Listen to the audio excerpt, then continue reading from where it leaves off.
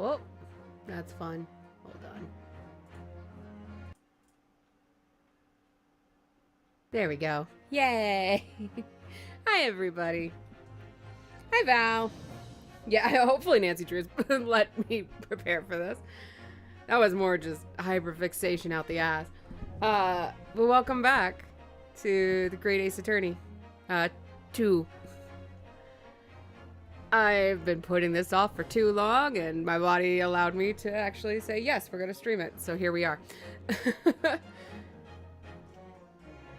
I guess let's just jump right the fuck into it. Let me know if it's too quiet or loud or whatever.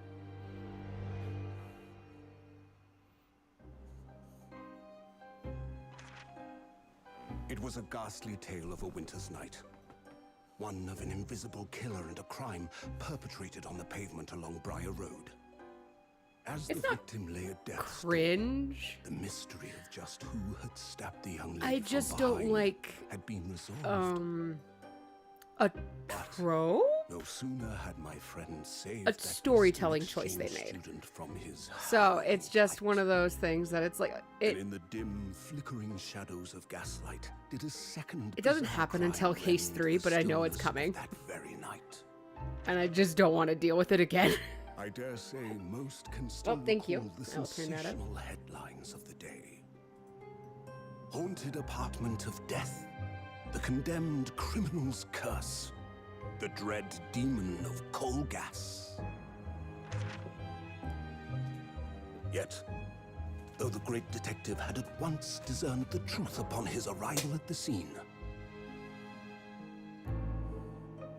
it only proved to be the overture that announced the rising of the curtain on a most tragic play. So, yeah, there's just a future trope in here that's like, I don't like it. My name is Ryunosuke Naruhodo. I'm a fledgling lawyer, just starting out on my journey. 6 months ago, I arrived as a visiting student of law, having made the long voyage across the sea from the Empire of Japan to here, London, England. Yeah, it's, The Great Ace Attorney is a spinoff that they were, like, trying to focus in on, like, Sherlock Holmes style stuff. I think they did it because of the vibe that the Professor Layton Phoenix Wright crossover did with, like, medieval Europe. They were like, what if we just go back to Europe again in a spinoff and see how that goes and deal with Japan opening up to the world and them learning law as like an establishment of the series. Not a bad idea at all. Like, again, the first game of the Great Ace Attorney stuff, fantastic. Chef's kiss, it's great. This one just it feels like it backpedaled somewhere, and I don't like that. And on the way, in quite extraordinary circumstances, I made the acquaintance of a world-famous detective.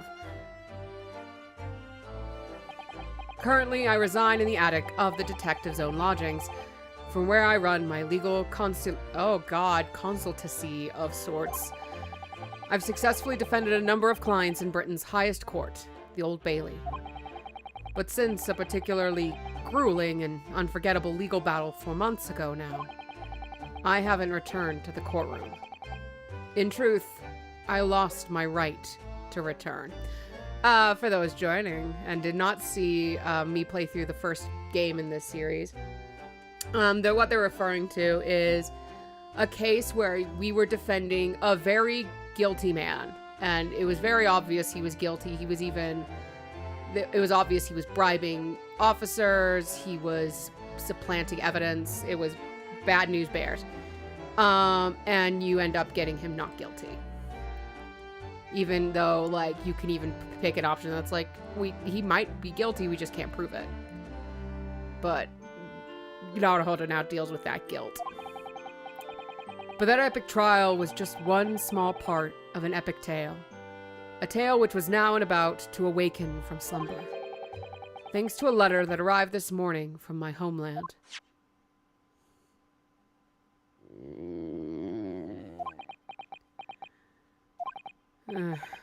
what a delicious smell wafting up from the stairs. It must be nearly time for breakfast. I'd better go down to Mr. Sholmes' suite and say good morning to the great detective and his flatmate.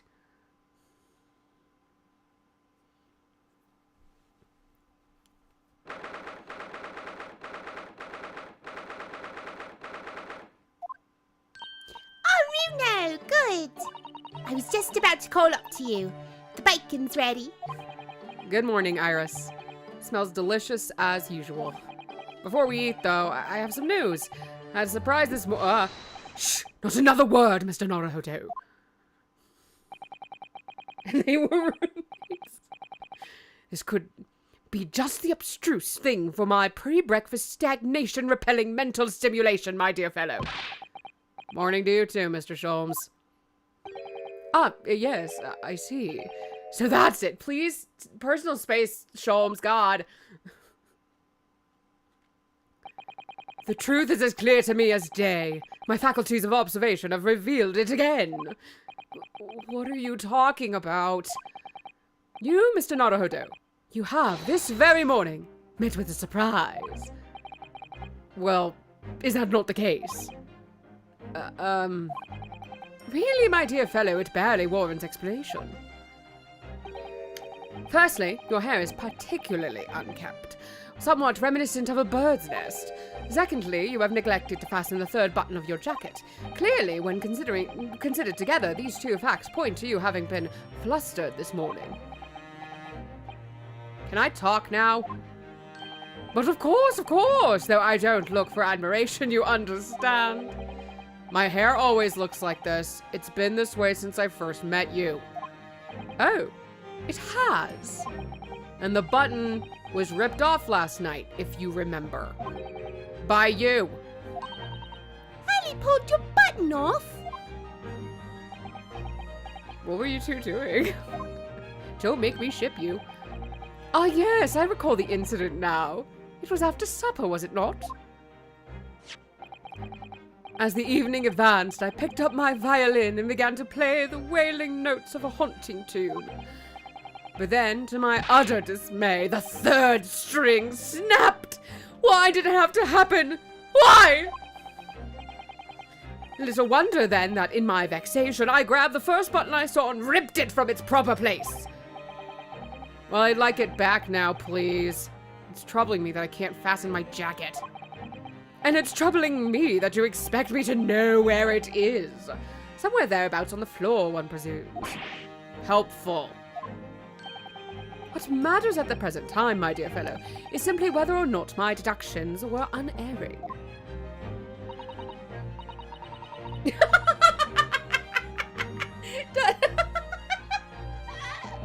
You don't like this, what is this little toxic gay shit? Yeah, he deserves better, Rionosuke. But Hallie, Runo said it when he came in, didn't he? I had a surprise this morning.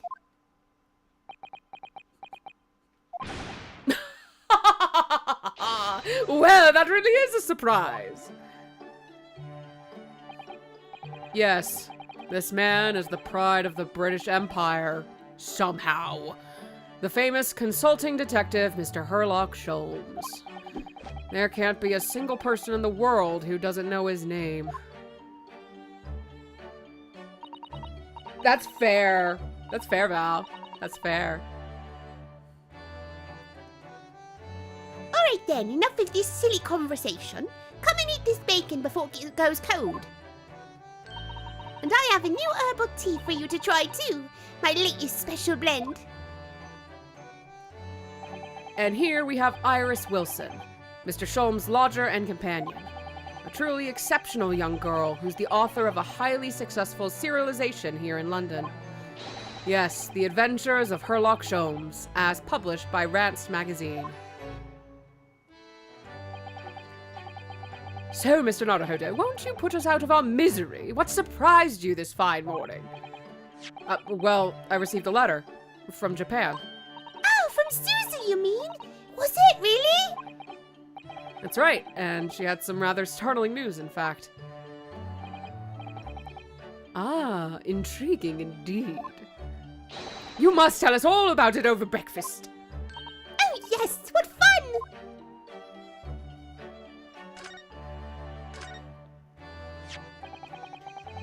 This is the letter that arrived from Japan this morning, by international post. Oh, how lovely! Look at Susie's beautiful writing. I wish I could read it. And how is your judicial assistant faring, may I ask? She's very well, thank you. In fact, according to what she's written, she actually appeared as a lawyer at the Japanese Supreme Court and won a case. Really? Oh, isn't she wonderful? A cut above your good self, my dear fellow. I've won cases too, you know. You ass. Apparently, Mr. Natsume appeared in the trial as a witness. Natsume. No, I don't recall that name. Of course you do. We helped the man. Twice! You know, in those 2 cases that took place on Briar Road 6 months ago. Which is weird because in the first game, we only had 1 case we did. With that man. Hello, Leaf. Or Leaf. Ah, the mustached, twitchy man with the somewhat feline eyes and the mustache. Why did you mention the mustache twice? You did have 2 mustaches early. Yes, who could forget those 2 cases? He made a very deep impression on me. Clearly. Although I must confess, the details are a little hazy now. A very deep impression they made on you. Clearly.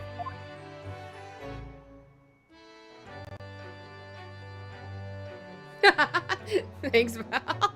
It's true, basically. So, what was this startling news penned by Mrs. Otto? Excuse you, Siri, you do not have to speak to me. Siri, do not talk to me. Do you remember the case of the haunted lodgings, Mr. Sholmes?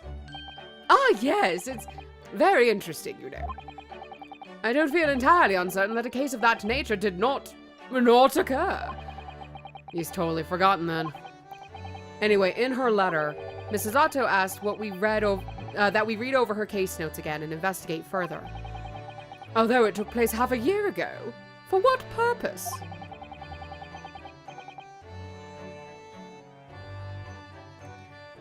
Because of something that Mr. Natsume said to her, apparently. He suggested that the real reason why she was called back to Japan so suddenly might have something to do with that case of the haunted lodgings. Oh? On Mr. Natsume's return to Japan, Mrs. Otto's father questioned him about the case, she says. And something Mr. Natsume said appeared to trouble Professor Mikotoba, prompting him to send that telegram. Oh, that case, yes! It was very strange, wasn't it? Yes. I compiled the whole story into a nice, neat manuscript ready for publication, too. But then Harley went here was all funny about it, remember? It was very mean. That story must not be published, you said. Very mysteriously as well. It's okay, I confuse myself all the time. Really? I said that? Are you sure? Do you perhaps know something about it as well, Mr. Sholmes? About why Mrs. Otto was suddenly told 4 months ago that she had to return to Japan?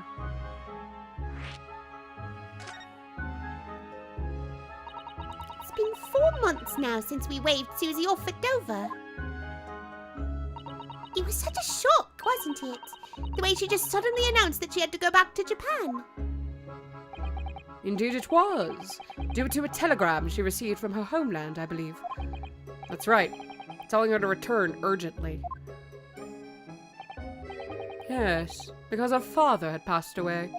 No. It just said he was suffering from a high fever, the cause of which was unknown. He's not dead. But according to this letter, that news about her father's fever was just a ruse. A ruse? Go get food.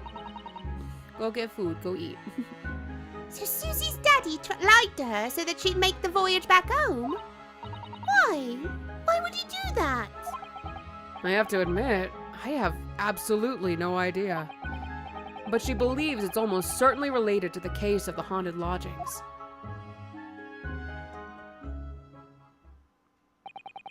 Summoning her back to Japan so suddenly like that. I wonder what Miss Suzato's father is hiding. Annie, do you know what this all about?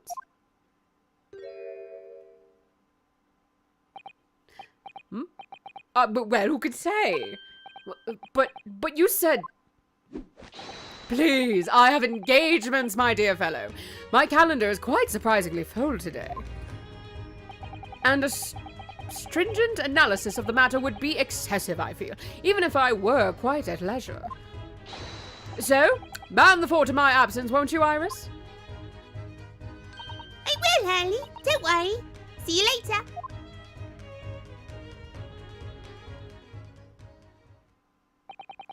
He scuttled off rather quickly there. I think perhaps Professor Mikotoba isn't the only person hiding something here. Soseki-san was involved in 2 cases, but only one of them was forbidden from being published. By, of all people, Mr. Sholmes. Aha! I found them at last! Iris, are they... The notes about the case? That's right. Susie and I compiled them together. The case of the haunted lodgings. Do you want to read them, Runa? Absolutely. Thank you, Iris. I have no idea what secrets could still be hiding in the shadows of this case. But perhaps if I read over the notes again, something might come to light. That's the spirit! Thank you. And so, Iris and I decided to read over the case notes again, together. Everything from what happened, to our investigation and that fierce battle in court that followed. Reliving every detail. I just need to find a clue. And I have all the time in the world. Because of course, I'm no longer allowed to practice law in the courts of Great Britain. Oh. Dun dun dun. It was 6 months ago. A mysterious incident that unfolded on the wintry streets of London. A young woman was found lying on the snowy pavement of Briar Road with a knife in her back. Fortunately, her life was spared, but she was unconscious for several days following the incident.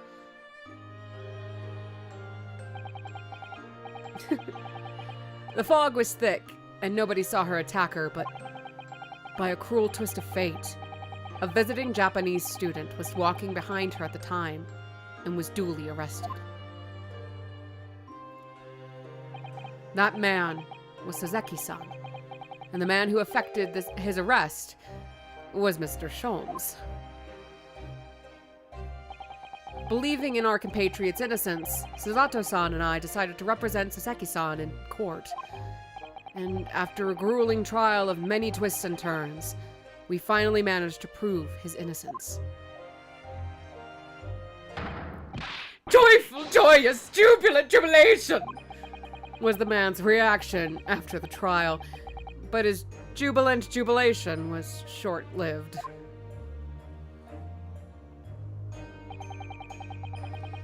We received a telegram from Mr. Sholmes the following morning. Don't know why he didn't... Oh no, I don't think they lived with him quite yet at that point, never mind. The victim of the Briar Road stabbing has regained consciousness. Hurry to Bart's at once.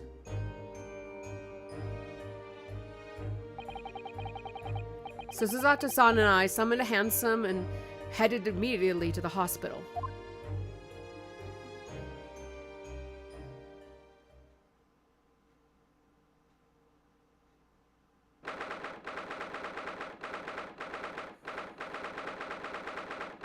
It's a mouse.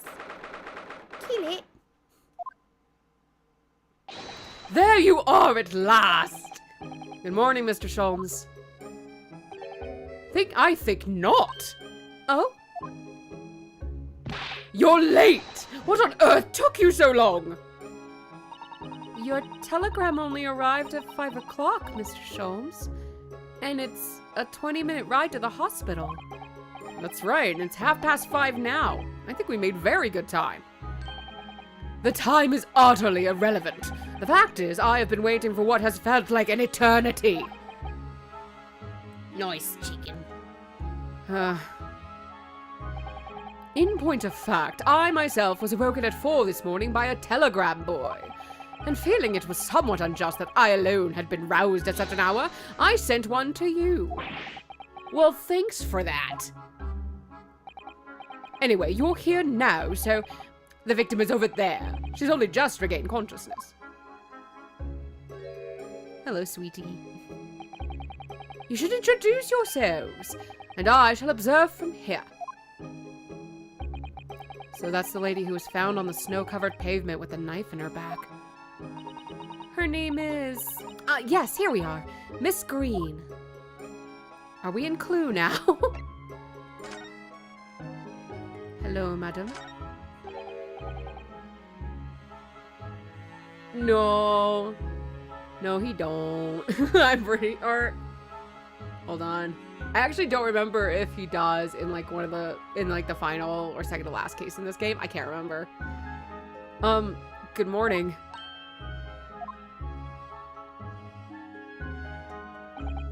Hello. I'm Ryunosuke Naruhodo from the Empire of Japan. Oh no! Was it your knife that... Are you the man who... No. I'm a lawyer. And I'm Susato Mikotoba. Pleased to meet you. Oh no! Was it your knife then?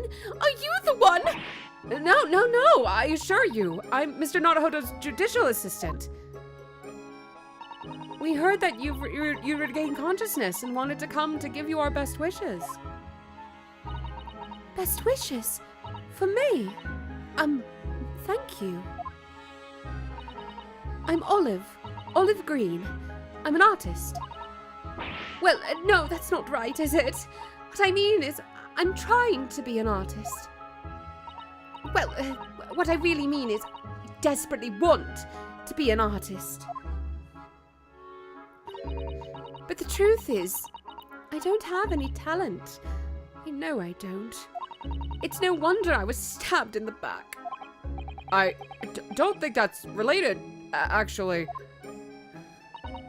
Gosh, this young woman seems to be bent over backwards to put herself down. Seeing as we're here, we should ask her about what happened from her perspective, I suppose.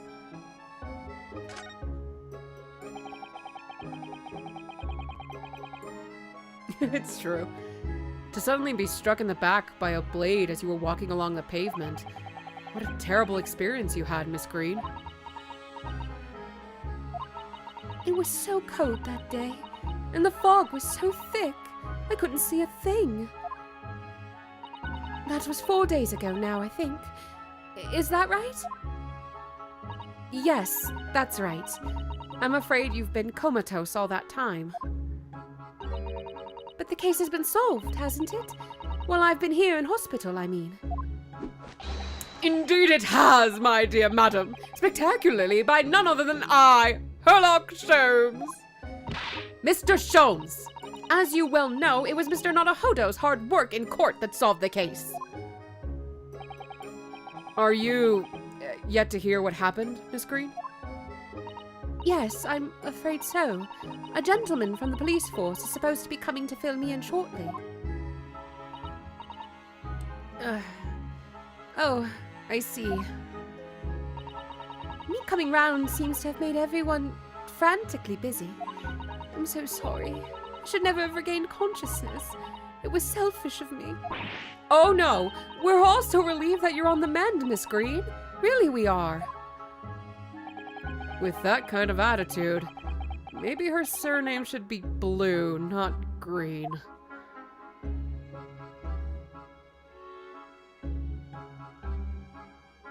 Yeah, I'm just a regular child now. Well, not even a child, regular ass adult, but... Excuse me. So, you're an artist, are you, Miss Green? Oh, no, no, I couldn't possibly claim that. I'm a fledgling artist at best. I mean, I'm a student of art, really, at the Thorndyke Academy of Fine Arts. Oh, my, an Academy of Fine Arts. Great Britain is such a wonderful country.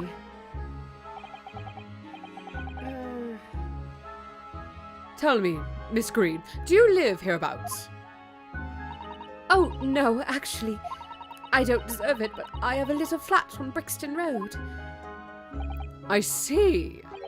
How very interesting. Oh, no, is it? Brixton is some 10 stops away from the underground from here. And Thorndyke Academy is a mere 3-minute walk from Brixton town centre. Does that matter, Mr. Sholmes? Perhaps not, but Briar Road is a far less salubrious part of town by comparison, dwelt in by those of inferior means, including the I can read. One moment. Brain needs to absorb that word as a normal word and not a name, including the maleficent Mr. Moustache. Inferior I suppose Seki-san does fit the bill.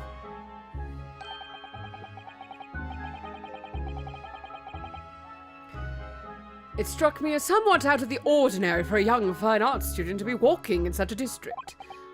That's all. What's this? She suddenly clammed up. Mr. Sholmes, you should be ashamed of yourself, prying into a young maiden's private affairs. Oh, dear me, do forgive me. If you don't mind, I'm being discharged shortly, so I need to pack up my things. Oh, yes, of course. We won't keep you. Thank you so much, Miss Green. I want to look at that store. Rude. Don't think this is actually important.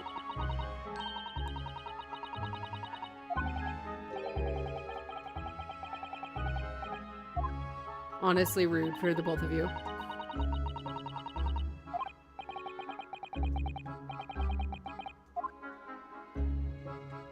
Oh, maybe it's the... I think it's this I have to look at. Yeah, no, I can't blame Olive at all. She's a sweetheart. I wish her all the love. And I love her dearly. Look, there's a photograph in this frame here. Oh yes, it's a picture of a young gentleman. He looks to be about the same age as Miss Green, I would say. Perhaps the young woman's special someone, do you think? My, Mr. Nadahodo. I didn't know you had a sense for matters of the heart. Not in the least. I sincerely said the first thing I thought of.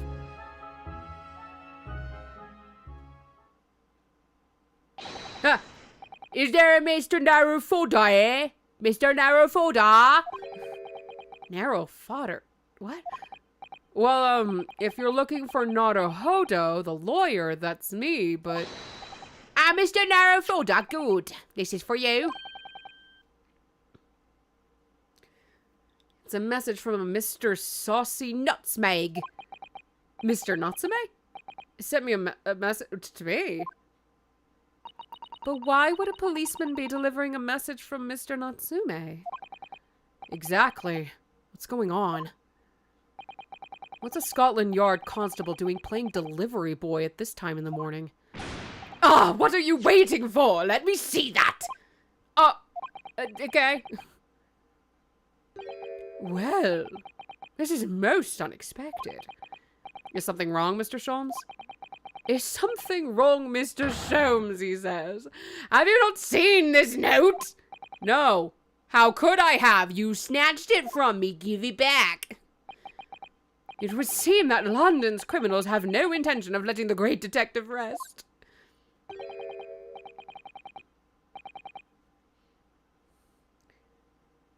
Yeah, no, that is one thing I will give this game a lot of points for, is they'll They really are not shy at looking at the xenophobia. And, honestly, it's why Natsume is in the game. If I remember right, Natsume is an actual real-life Japanese author who did go to England to study and then came home. And the reason he came home was he was like, they're all racist pricks. And I don't want to be there, thanks. A news case calls. A case of murder, no less. We must depart at once. Murder? Call a cab. Time is of the essence.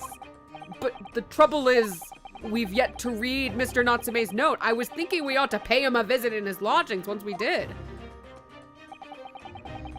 That will be entirely convenient. Convenient? What do you mean? It's all here in the note, my dear fellows, that I'm refusing to let you read. The murder we must investigate took place at Mr. Moustache's lodgings. Wait, what? I'll hail a what? A fiacre? Is that what that is? I assume that's a French word for a cart. I don't know. At once!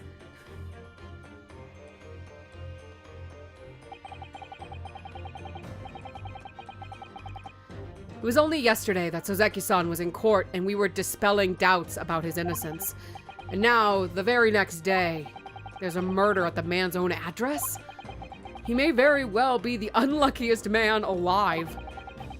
Or so it seemed to us at the time, but we were soon to discover it was worse than we thought. Yeah, I try to read chat when I can, but with all the voice acting, there's not much I can do. There's too much dialogue. Oh god! Shamspear, I think that was your name. What on earth? Oh my! The gentleman is deceased without question. He's dead. Welcome, student Mr. Naruhodo Esquire. Mr. Natsume. Oh, why? Why is this happening? Why to me? I've only just got out of court yesterday. I was finally home after 2 days of misery. And then I wake up the next day to this. No early bird should catch a worm like this. Woeful worm without wiggle. I see you're in high spirits again this morning, Mr. Moustache. Ah, not the horrible Herlock Sholmes. Shoo, shove off. Show yourself the door. I never invited you.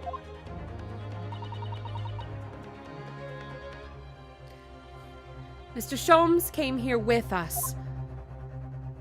I'm quite sure he'll be able to help you, Mr. Natsume. I am entirely at your disposal, Mr. Moustache. What can I do for you? Ah! Oh, hello. Here they are, already. The busybodies. Ah, Inspector Gregson. What a pleasant surprise. Pleasant, is it? Gives me heartburn every time I see your face at a crime scene, Sholmes. Huh, I deduce, Inspector, that your heartburn is as a result of your excessive consumption of fried food. Good morning, Inspector. This is a crime scene. Don't you go touching anything. Or good morning to you too, Sunshine. Rude ass bitch.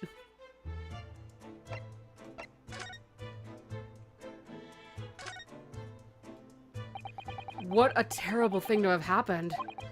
It's only been 3 days since I was arrested for the incident on the pavement outside. And then, having finally regained my freedom, it starts happening all over again.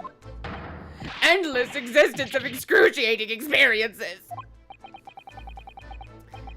So the victim lived here on the ground floor, and your room is just 1 story up, isn't it? Yes, that's right. In a way, we were neighbors, I suppose. So, did you know the victim? Were you friends? Soseki. Don't climb up on me now. Soseki! Natsume! What's the matter with Soseki-san now? It was an innocent enough question, wasn't it? Why does he seem so shaken by it? Well, I suppose he wasn't a complete stranger. But did he ever invite me to his room? Did he ever? On my honor, I swear it! What an extreme reaction. You're probably wishing you never asked now, aren't you, Mr. Naruhodo? When we found him here, I felt wretched, which is why I sent word asking you to come. Through that inspector over there! Cool. You take a breather, Saseki. Hi. So, Inspector, what was the victim's name? Who was he? Mr. William Shakespeare. He was a lodger here. As you can probably tell, he was an actor. A bit of a dead loss as it happens. Or just dead. Mr. Shamspeare. It was the landlord, Mr. O'Garadeb, and the other lodger, Mr. Natsume, who found him. The fella didn't rise at his usual hour, so Garadeb got worried and kicked the door down. But doesn't Mr. Garadeb have a bad leg? Oh yeah, you're right there. He was that jittery Japanese hunchback over there who actually did the kicking. Really? Saseki-san? Victim was pretty hard up, it seems. Even done some time inside for petty crimes. He had no money, no place to go, and no friends. His only acquaintances were the people in his house. Miserable life and a miserable end to it. So, what exactly is Mr. Natsume still doing here?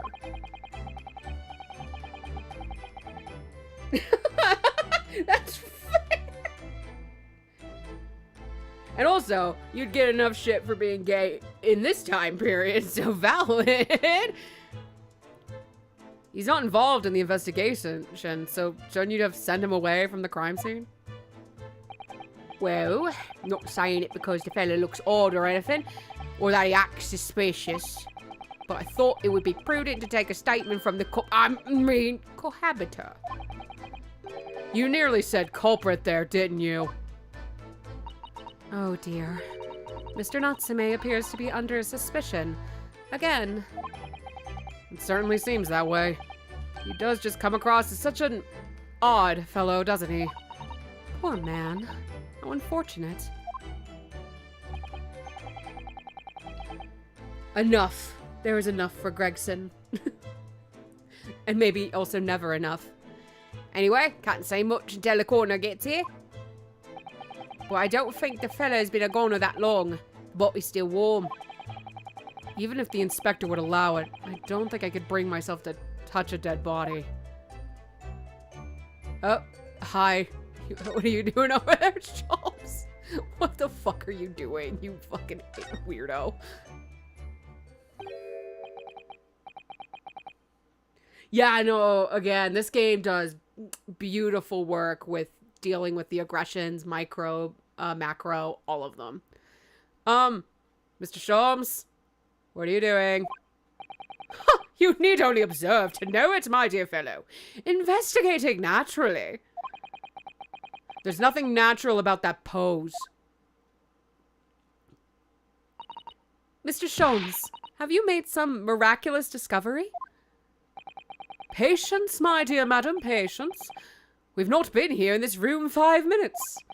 So far, all I've managed to deduce is what actually happened. My goodness. But isn't that everything we need to know, Mr. Sholmes? Now that you propose the idea, I believe one could indeed see it that way.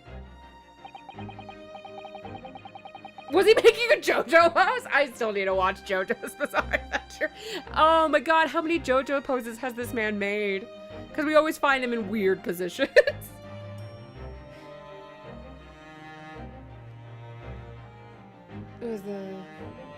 No. At the present time, I have managed to draw 2 incontrovertible conclusions. The first, that there was a physical struggle here last night in which the victim fought for his life.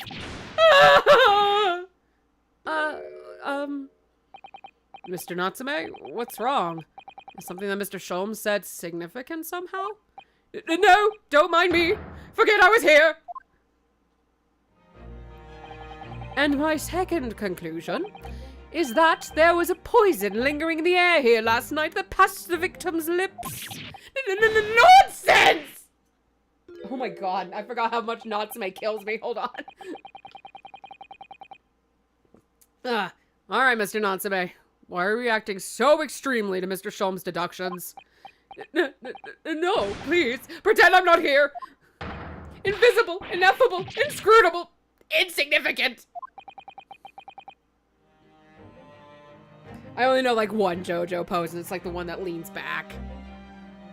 Impossible to ignore. You must tell us everything, Mr. Sholmes. Spare no detail. But of course. Let the theatrical tragedy before us be unraveled by my great deductions, presented for your pleasure in 2 acts. We've heard some truly astounding great deductions from Mr. Sholmes in the past. No doubt this will be no exception. What miracles will unfold before our eyes this time? So, my dear fellows, for your delight and wonder, let the curtain rise for Herlock Sholmes's Logic and Reasoning Spectacular, Act 1.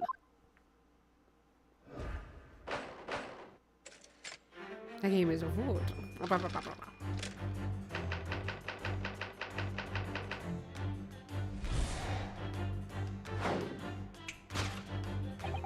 Careful observation of the victim reveals to us the events that transpired in this disconsolate room last night. Foam at the mouth of the deceased clearly indicates the use of poison. Next to the victim, we notice a large dining plate, which contains, you will observe, 1/2 of a sizable bar of soap. Meaningful? Indubitably. I do love the presentation. The game is very well, like the art direction and all that is just, mwah, it's beautiful. It's the story that bothers me in this one. Why is the soap set so purposefully upon the dish? Like the victim's last supper, in fact, yes. Could it be that the man was about to eat it? Of course, the fork reveals the answer. It appears that the young man's appetite was his undoing. Taking up arms in the form of his cutlery, the victim engaged in a deadly battle for his life. Yet the struggle against his hunger was in vain, for in the end he couldn't resist devouring the slippery feast. But London's foul soap is besmirched by foul poison. Yes, the victim's life was claimed by a poison that tainted the contents of the plate. The soap and the lather about the young man's mouth are too perfectly matched to ignore. The cause of death was clearly intoxication due to excessive ingestion of foul soap. Though personally, I have a greater interest in the taste of foul candle wax, of course.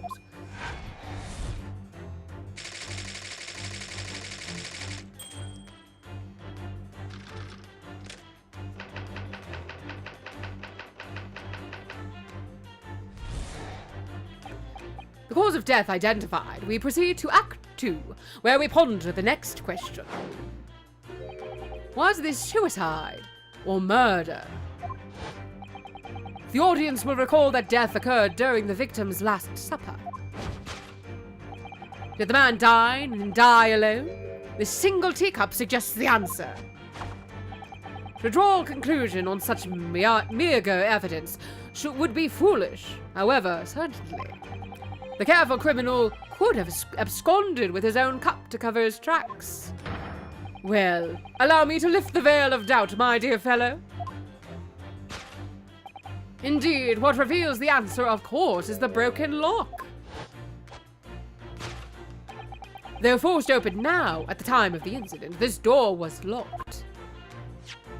And the sole key was in the victim's pocket. In other words, when the victim consumed the poison, he must have been alone. Alone with his inferior soap, from whence wafted an inferior scent. And with that acrid aroma lingering in the air, the victim met his end in tragic solitude. We can take comfort only in the fact that his soul was well cleansed on its way to the hereafter.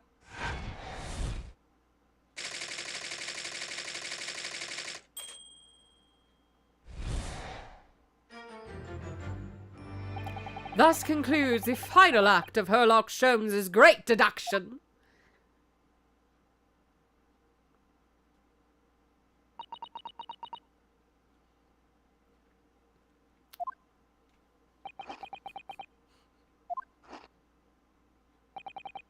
There's just one thing, Mr. Sholmes.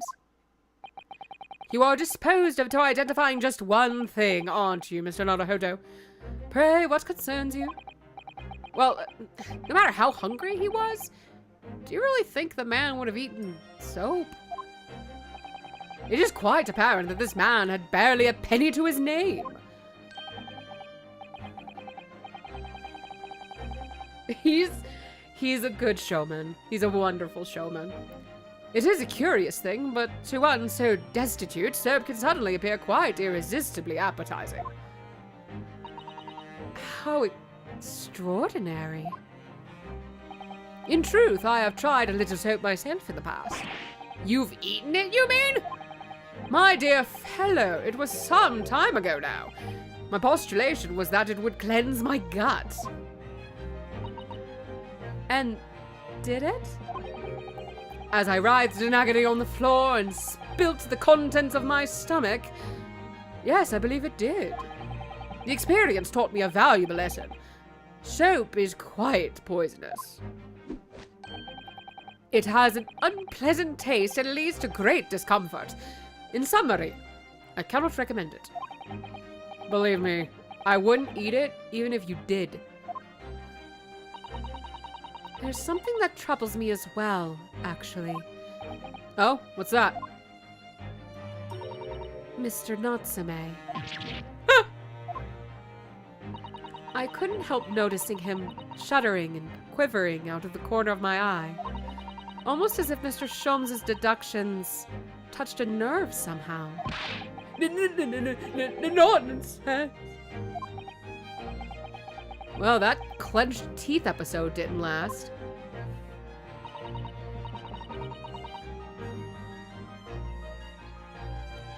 Oh no! The actor was acting too hard. Oh dear. I think, judging by Mr. Natsume's reaction, the great detective's deductions may need some gentle corrections in order to reach the actual truth. Yes, Mr. Sholmes' observations and deductions are sometimes a little too sharp. He has a tendency to hit the nail on the side of the head and drive it in an obtuse angle. When he does that, it falls to us to straighten things out. Alright then, let's see what we can do. Yes, we must pick out the keywords of Mr. Sholmes' quite brilliant deductions, and discreetly exchange them for something that makes a little more sense. If we can do that, I'm sure we'll arrive at what Mr. Sholmes meant to say in the first place. In that case, are you ready for the second performance of the day? Once again, my dear fellows, for your continued delight and wonder, let the curtain rise for Sherlock Sholmes' Logic and Reasoning Spectacular, Act 1. Yeah, it's because she's a fangirl of the book season. That's like the only reason she knows. I think at this point she's kind of knows he's an idiot, but trying to be polite. Alright, this is all just the same stuff.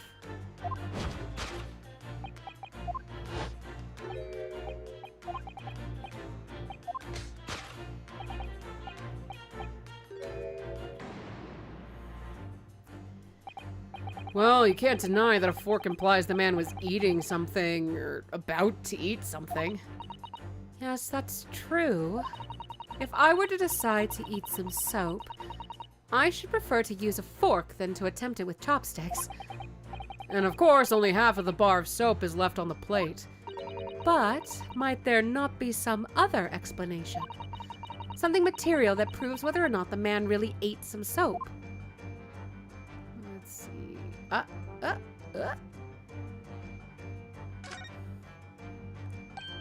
Look, there's more soap on the floor here.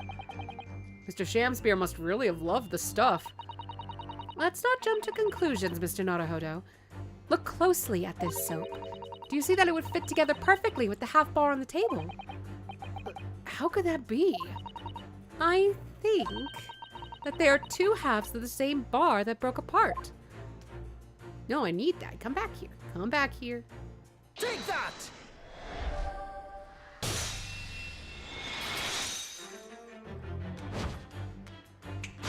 He is in college age, so he's like anywhere from 18 to 21. He is technically on a study abroad tour.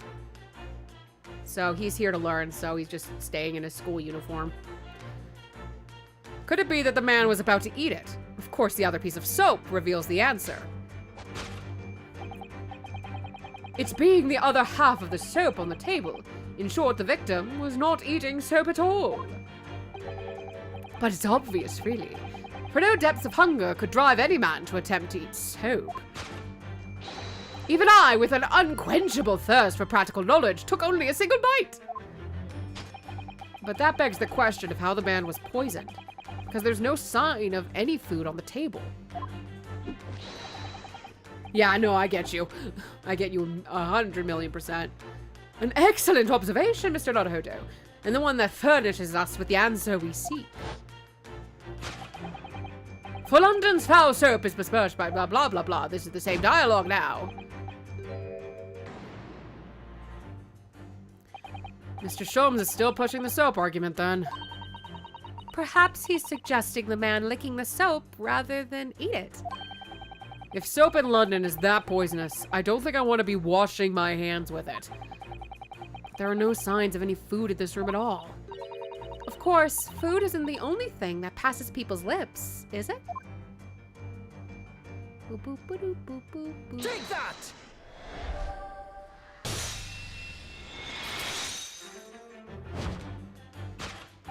Yes, the victim's life was claimed by poison that tainted the teacup. Indeed, cups have been the vessel of choice for practicing poisoners over the centuries. And it would appear that this victim drank every last drop. There's no sign of food anywhere in the room. Which leads us to the immutable conclusion. The cause of death was clearly intoxication due to the ingestion of poison contained in this teacup.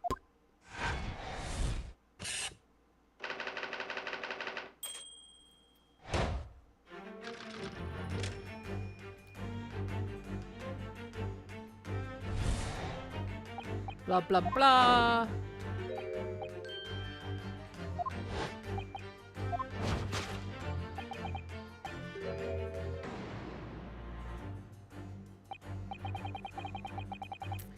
Ah, the Western vessel for infused hot drinks again. It's already featured heavily in our deductions so far. Yes, we can imagine that shortly before his death, Mr. Shamspear was having a drink of tea. There would be nothing remarkable about that, but what troubles me is Mr. Natsume's reaction when he heard Mr. Sholmes suggest it. There's more to this deduction than it seems. We must closely examine the scene of the crime again for some more clues. I mean, I think if we look around here... my guy. Sholmes, my guy? Take that!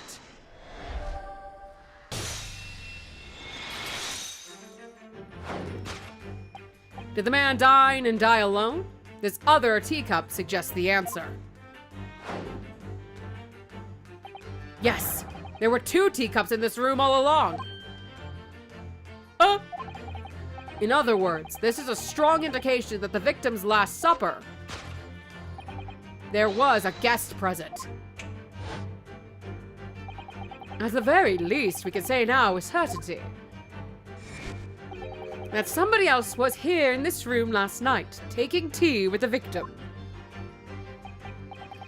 What are you talking about? Utterly, unbelievably, unjustly unreasonable. To draw a conclusion on such meager evidence, blah blah, that's actually the same shit now. Goodbye.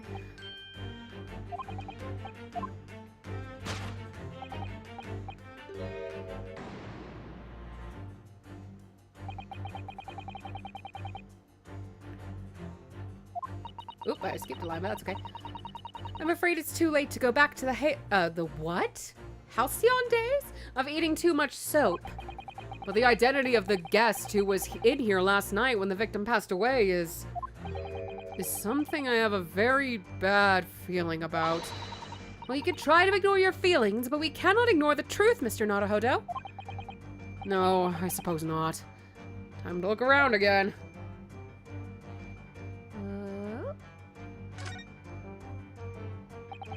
At first glance, it seems that the only things in this room are the makeshift stage and the costumes. I overlooked these 3 books initially. I wonder what they are. Let's see, the titles read, The Picture of Monsieur Lecoq, Canterbury Yearnings, and A Meal for Gaboreau? Wait, I'm sure I've heard those titles before. It could just be an incredible coincidence, but they're the exact same 3 books that Mr. Natsume purchased the other day. What? Yes, on the day of the unfortunate incident when Miss Green was stabbed. Soseki-san had just been to a bookshop and bought them. That's right. And now those 3 titles are here in the room of the victim. Yeah, Mr. Natsume claims never to have been here before. What does this mean, do you think? I really don't know what to make of it. Take that!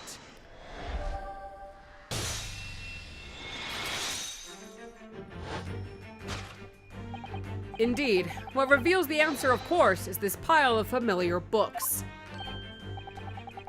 Quite so. It's no mere coincidence that these 3 titles are here in this room. It's the link to the truth.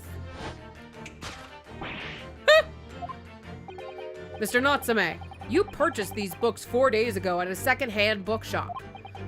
That's just coincidence. In that case, you will be able to bring the same 3 titles from your own room, will you not? This very moment.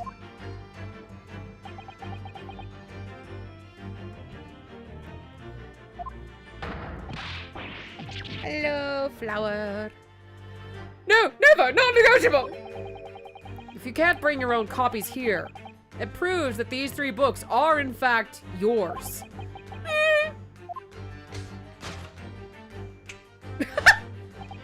Having purchased the books 4 days ago and returned to your lodgings, you were arrested the very next day.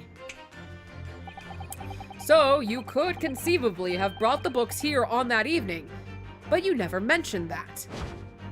In other words, you could only have brought these 3 books here to the victim's room.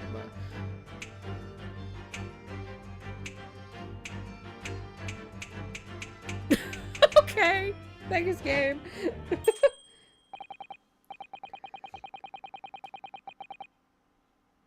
Honestly, I don't think they ever confirm or deny that, but I like that theory, honestly. Last night, having returned to your lodgings after the trial concluded at the Old Bailey.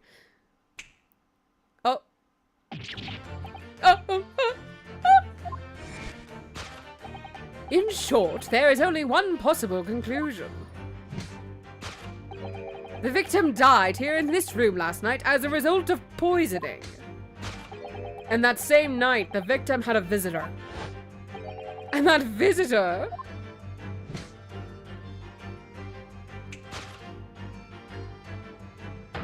was you, Mr. Soseki Natsume. Thus concludes the final act of Herlock Sholmes' great deduction.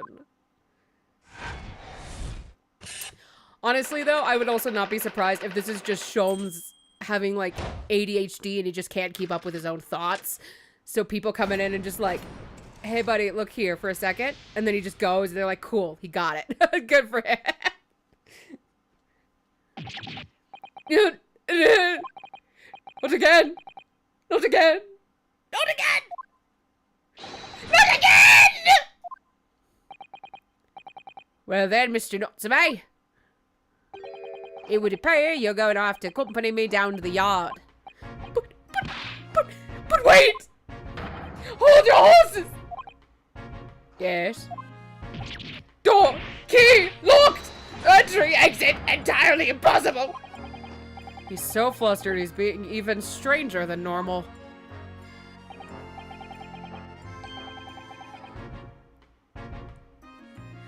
Yeah, that could be also it. And so, when he asks, I mean, that's probably what the Watson would be for, or the Wilson in this case.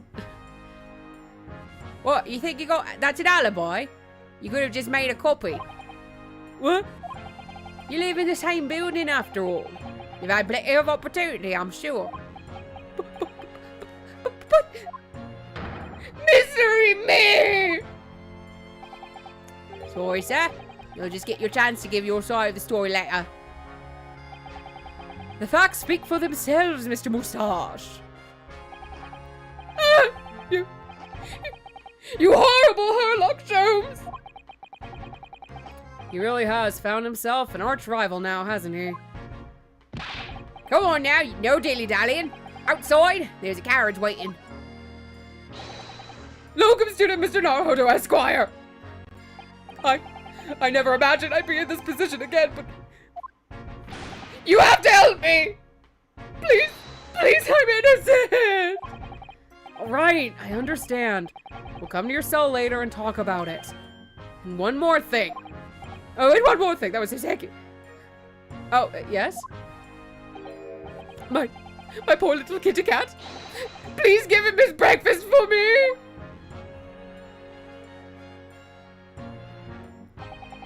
And so, his evil curse still apparently unbroken.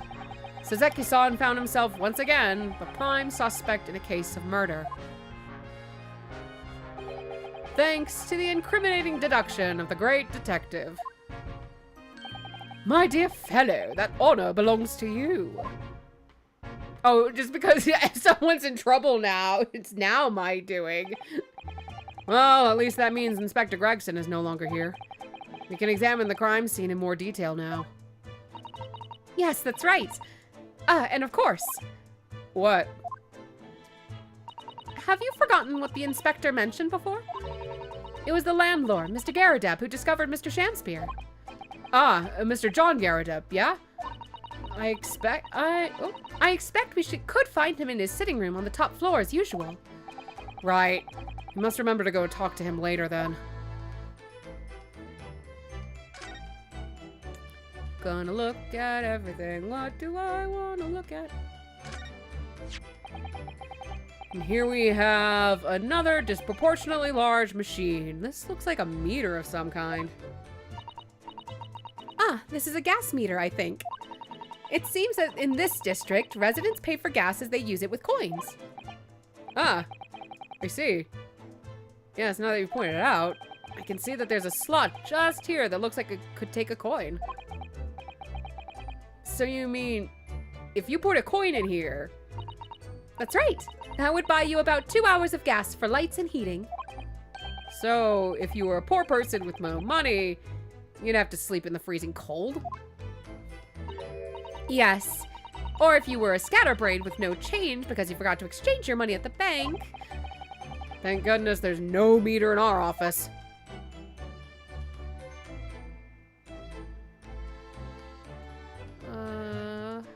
What? Hello, what are you? Excuse you. What's this? It looks like part of an envelope, I think. Yes, I think you might be right. Perhaps it was torn off when the letter was opened. Is that significant? Well, it's a little out of place, perhaps, when you look around the room. There's no sign of a letter. Or the rest of the envelope, in fact, is there? She's right. And yet here we have the torn off end of an envelope. It just strikes me as unusual. I agree. We better take this, just in case.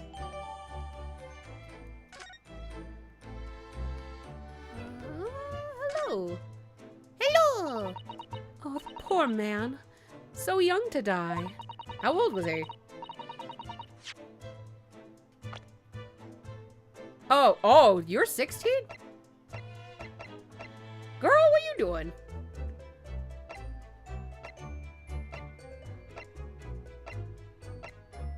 Yeah, no, yeah, oh my god. That'd be like if I killed over dead. Vested in his imagination. Imagine what else would you have the full castle set up and be in King's Cross. I think he might be an actor. Maybe? But also, that's really depressing to have this set in your room and not... I don't know. Do you suppose it was a very painful death? Being poisoned as he was? I don't know. All we can do now is hope that he'll be reborn to a better life. Yes, I suppose you're right. I wonder... Do you think that putting our hands together in a Japanese prayer will help a British soul? Sorry? I made sure I had a reference at the ready for just an occasion as this, actually. This book is entitled The Beginner's Guide to Praying for the Departed, the British Way. I know, right? Do you not wish the isekai curse on anyone? No, my hearing would make it happen. Oh no!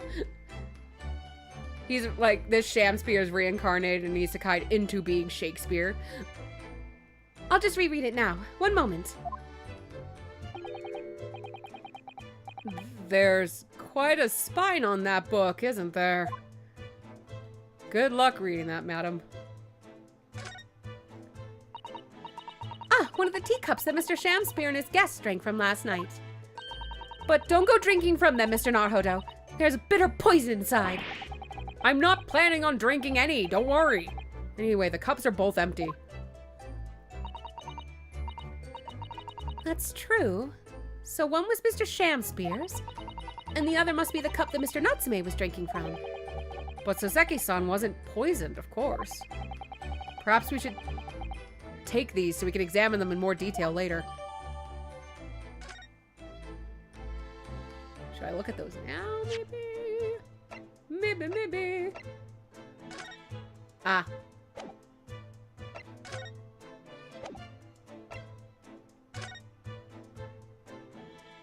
There's like white powder or something on this thing. What the hell? Whoever opened this envelope didn't bother with a letter opener or scissors, did they? Yes, whoever opened it was clearly someone with an unrefined temperament. And judging from the angle of the rip here, the person in question must have been right-handed. Mrs. Otto, I think perhaps someone's been reading too much of the adventures of Sherlock Holmes. You can never read too much of it, Mr. Naruhodo. Never! Yeah, exactly. Oops. I would honestly love to see a Shakespeare isekai. I think, especially if it's the Shakespeare from Something Rotten, that'd be hilarious. Well, that one has the tea stains. The other one doesn't. This must be the cup that Mr. Shamspear was drinking from then. It's stained on the inside. Tea does that, I'm afraid. Even green tea. Oh, really? I've never noticed before. You've never noticed? Well, I never leave it in the cup long enough to leave a mark. I like to gulp it down. Drink tea while it's hot. That's the Japanese way, isn't it? Oh dear. So many people seem to have the wrong idea about our culture, and most of them are Japanese. What does that fucking mean? I guess with tea ceremony you have to savor it though. This is the teacup from which Mr. Natsume was drinking. Yes, unlike the other one, the inside of the cup is completely clean. I suppose he must have drunk the contents before the tea had a chance to leave a mark. I always gulp it down too. Sorry, Mr. Naruhodo? Well, if you just sip it little by little, it goes cold. Clearly, I shall have to instruct you in the proper way to take tea.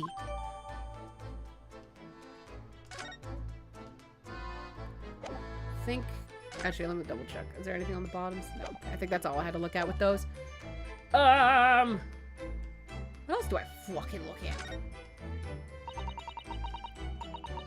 As we've seen from the outside, the window is completely bricked up. A vestige of the former window tax that Britons had to pay.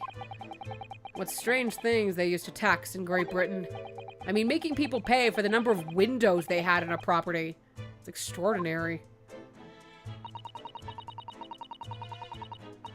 It's true. That's very fair, honestly. I assumed it might have been something, but I can't remember when those started to fade out. But yeah, I guess with the cultural opening of the doors to the island. That's when it started to disappear, because that's also when I think they started drinking milk too, which was not normal in Japan, and that was them acclimating to the Western ideas. It was in one anime I watched at one point, but I can't remember what it was anymore. It's heartbreaking to think of the poor having to block up their windows just to avoid an unaffordable tax. Oh! What is it, Mrs. Otto? If you look closely, a number of the bricks are loose.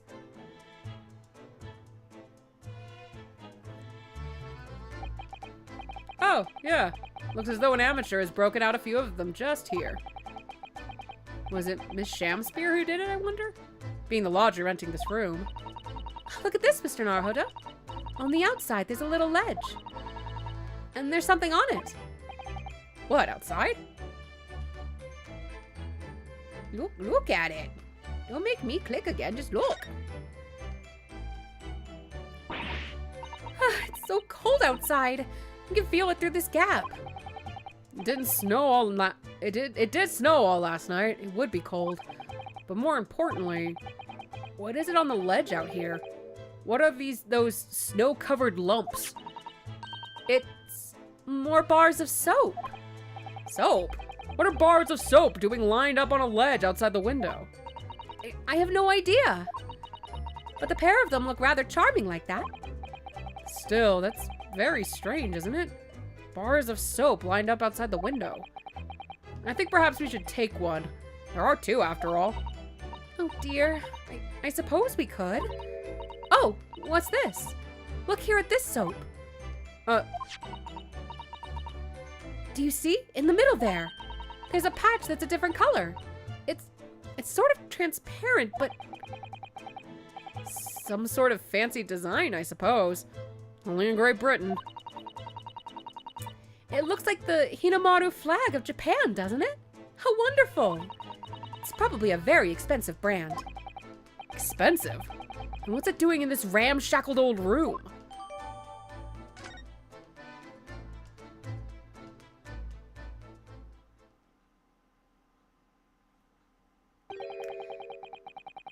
Looks like you're having a good snoop around, eh? Inspector Gregson! Back so soon! After I threw that little Japanese fella in the clink, I went and reported this to the investigation division. 5 minutes time, this place will be cordoned off by the yard. Oh, I see. Well, we'd better be leaving then.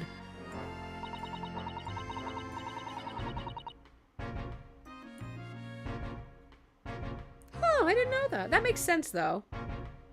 Poor Mr. Natsume must be feeling very low being back in a cell again so soon. I'm sure. We should probably go and... What's wrong, Mr. Naruhodo?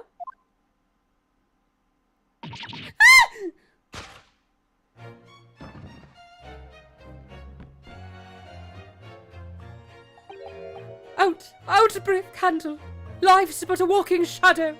A poor player. That struts and frets his hour upon the stage, and then is heard no more.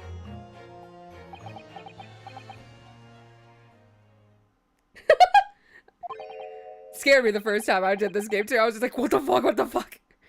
No. How soundeth the next part? It is a tale told by an idiot full of sound and fury, signifying nothing. Indeed! Oh, happy day!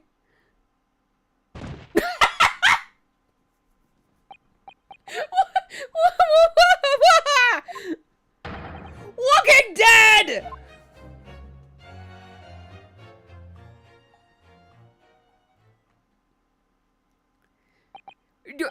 The fella isn't dead at all? What was that nonsense he was saying, though? I think... Yes, it was from William Shakespeare's Macbeth. A soliloquy from Act 5, Scene 5. Shakespeare? So it was that the victim, Mr. William Shamspeare, came back to life. If the man had indeed been poisoned, it transpired that it hadn't killed him. He was taken by emergency carriage to a nearby hospital for treatment. And Inspector Gregson evicted us from the scene of the crime, whatever that now was.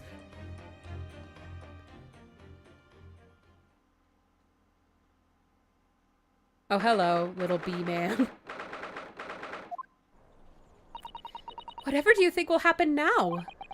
Good question. What a strange situation for Mr. Natsume. Arrested for murder, but then the victim comes back to life. I think perhaps the victim was never dead in the first place. It seems very likely that Mr. Shamspear did consume poison, as we deduced. But was it an accident? Attempted suicide or attempted murder? Until the truth can be established, I imagine the police will keep Mr. Natsume in custody. I suppose so. Let's hope it doesn't come to anything more than a night in the cells.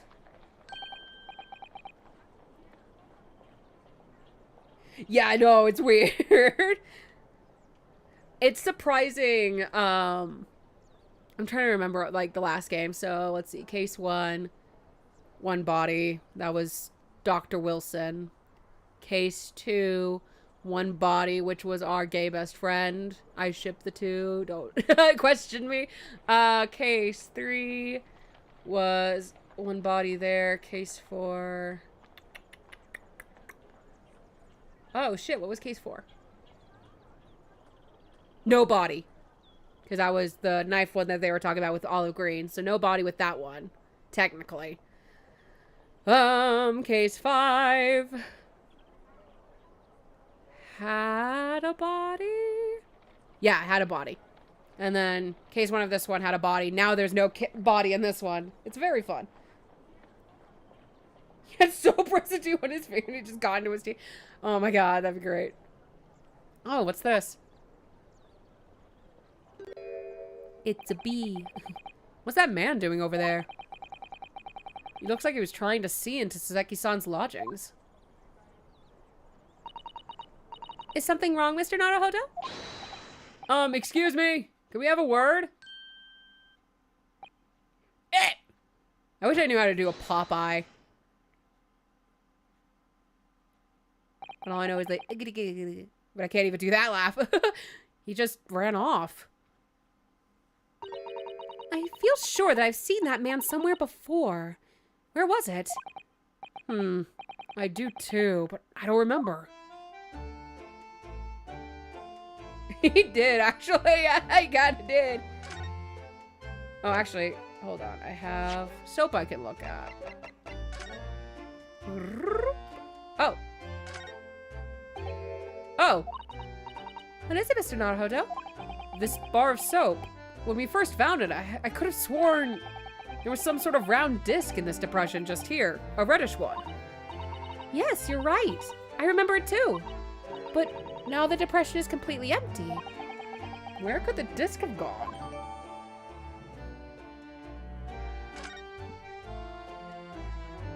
Yeah. I think, if I remember right from the last game, this might be Shamspear's. There always seems to be a bicycle outside the Garadeb residence. I read that bicycles are extremely popular all over Great Britain at the moment, in fact. That one seems very warped, though. Especially the front wheel. Is that to make it more of a challenge to ride, do you think? No, I'm afraid that may be a result of the rider's incompetence. For the front wheel to be so badly warped, I'm afraid the rider may have been similarly afflicted. Then there's a good chance Mr. Natsume has been practicing on this bicycle, I think. Oh dear, I fear you may be right. Oh, just kidding, it's Natsume's bicycle! Let's see, I don't think there's really anything for me to look at here. So I'm just gonna... Oh yeah, I needed to speak to Garadeb, but actually I will be right back. I just need to run and refill my water. Like 2 minutes.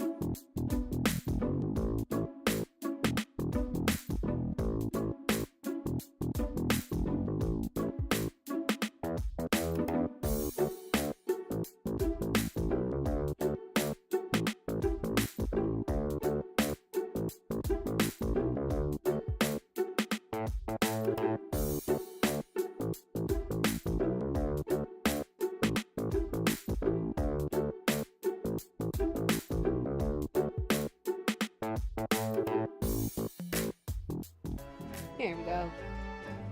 Ah! Mike, stay up.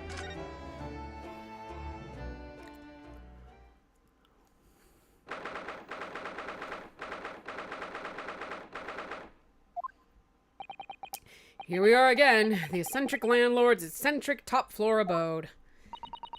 We're here because Mr. Garadep's the one who discovered the incident this morning, don't forget. Ah, you chaps, eh? Yes, good morning, sir. Thank you for your cooperation in court yesterday. It was quite a trial.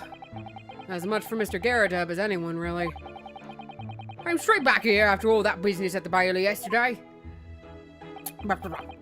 Didn't expect to wake up to more bawly nonsense this morning. I wonder, if you wouldn't mind telling us exactly what happened, Mr. Garadep?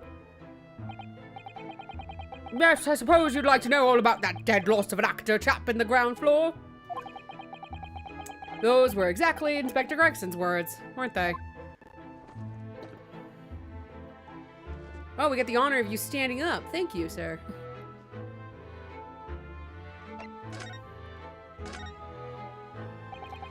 Must have been a real shock for you this morning. I hear that you discovered what had happened. Well, that hopeless actor chap rises at 5 o'clock sharp every morning without fail. But at 5:30 this morning, he still hadn't lit the gas. So I went down and knocked on his door, but no bully answer. And that's when you broke into his room by kicking down the door? Well, I called on that run-looking Japanese chap to do the grunt work, of course. Wasn't it a little premature to kick the door down? The man could have just overslept by half an hour. That's very true, Mr. Naruhodo. If 30 minutes were oversleeping warranted such behavior, I'd have to kick your door down every morning. Well, you know, better to be safe than sorry and all that. Is it just me, or is he avoiding our gaze now all of a sudden? Except that it was a sorry situation indeed that you found on the far side of the door.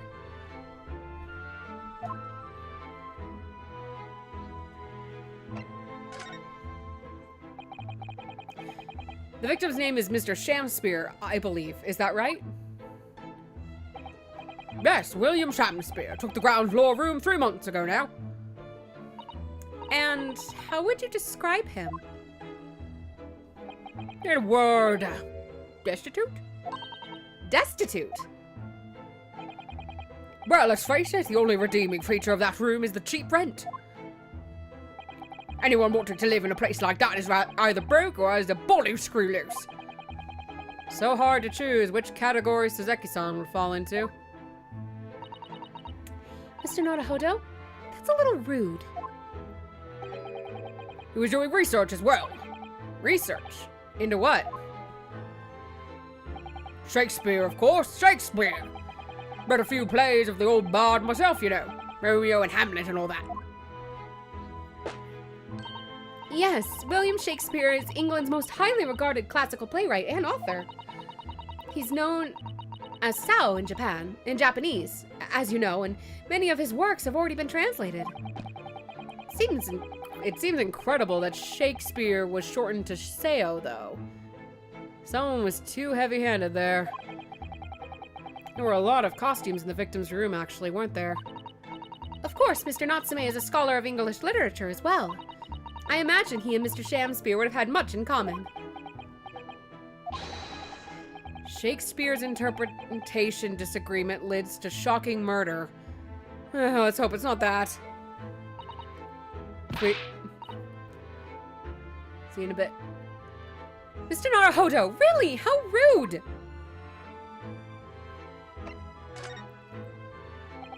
After Mr. Natsume's trial yesterday, you came straight back here, I believe, didn't you? Did you notice anything strange between then and this morning? Well, now, it must have been about 6 in the evening by the time I got home. Snow was coming down rather heavily, as I remember, and it was completely dark already. That failed actor chap was out at the time. Mr. Garrett noticed there was no light from his room or something, I suppose. Couldn't summon...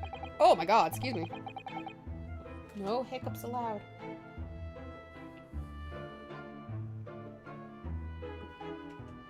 Couldn't summon the energy for anything much, but... So I just sat in front of the fire up here. It was after 8 before Shamspeare got back. And the chap was up till past 1 in the morning, I'll have you know. Suppose he met his end sometime after that. I was asleep by then, so I'm rather in the dark there. Well, thank you. That was very illuminating. Is everything all right, Mrs. Otto? Well, I was just thinking. It's a little strange, that's all.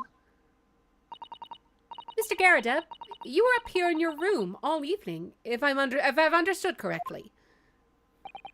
Not a big fan of stairs, not with this blasted leg. Then, how is it that you seem to know? The precise movements of your tenants on the ground floor, I mean. That's a very good point. Can't imagine that you could hear noises from the ground floor all the way up here. Does this old man like to spy on his tenants? Is that it? I say, I know what you're thinking, and it's a bally outrage. I'm ex-military, don't you know? I don't go around spying on my tenants. Why would I? Then how did you know, Mr. Garradeb? It's the gas woman. The gas tells me everything. The gas?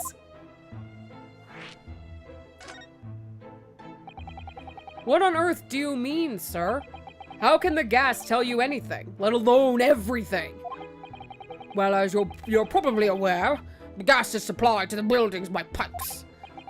Yes, I more or less worked that out. Every room in the building is connected by a single pipe to the gas main outside, and the gas company supplies gas to properties via the main. Yes, I understand that too. Let me see if I could explain. As I was to light the gas lamps up here, what do you suppose would happen?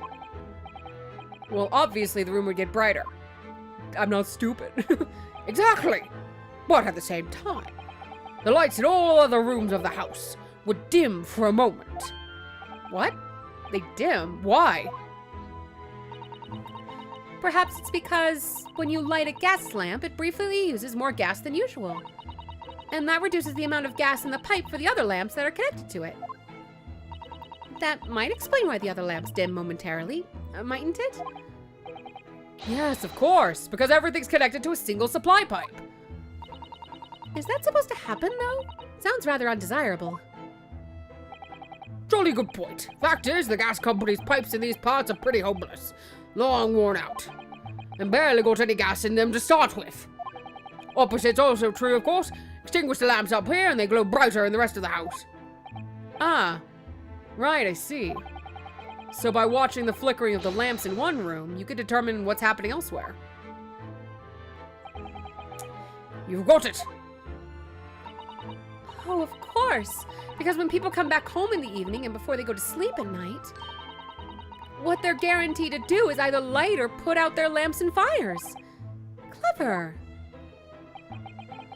In point of fact, the room on the ground floor and the one above it use slightly different amounts of gas. By watching the lights in here closely, I can work out almost exactly what's going on in the whole house. Gosh, that's fascinating, Mr. Garadab. Absolutely fascinating. Well, nothing of it, really. And I can't really see that it's going to help us with the case either. What I'd like to know is why Mr. Garadeb is so interested in what his tenants are up to in the first place. I feel like there's more to it than idle curiosity. Well, we've done as much investigating here as we can, I think. Perhaps we ought to go to the prison and speak with Mr. Natsume again. A good idea. Bye, Moon Man.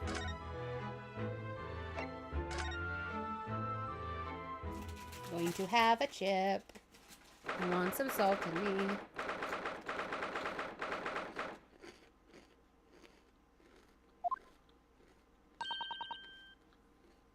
Look, Mr. Naruhodo.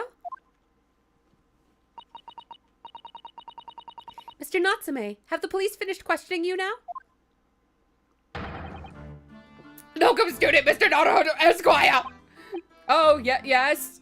Please stop. What is he? Tell me. Is he a ghost? Is he here to haunt me? Let me guess. You're talking about Mr. Sholmes? He actually calls himself a great detective, Mr. Natsume, not a ghost. But his diabolical deductions, they're not of this world. They've left me. Ah, cursed! I'm cursed, I tell you. Well, that sort of hurts. Credit where credit is due, Mr. Naruhodo. You were heavily involved in the deduction, too. Yeah, moving on. We have some wonderful news! Oh? The victim that we all thought was dead has come back to life again! Now, in the absolutely worst case, you could only be tried for attempted murder. That's great, isn't it, Mr. Natsume? It's terrible! Oh! I'm stuck in this cell, suffering from some silly wrong end of the stick! You did it, didn't you? Confess, you're a killer. Why the moustache? Constant questions! I'm sorry to hear that.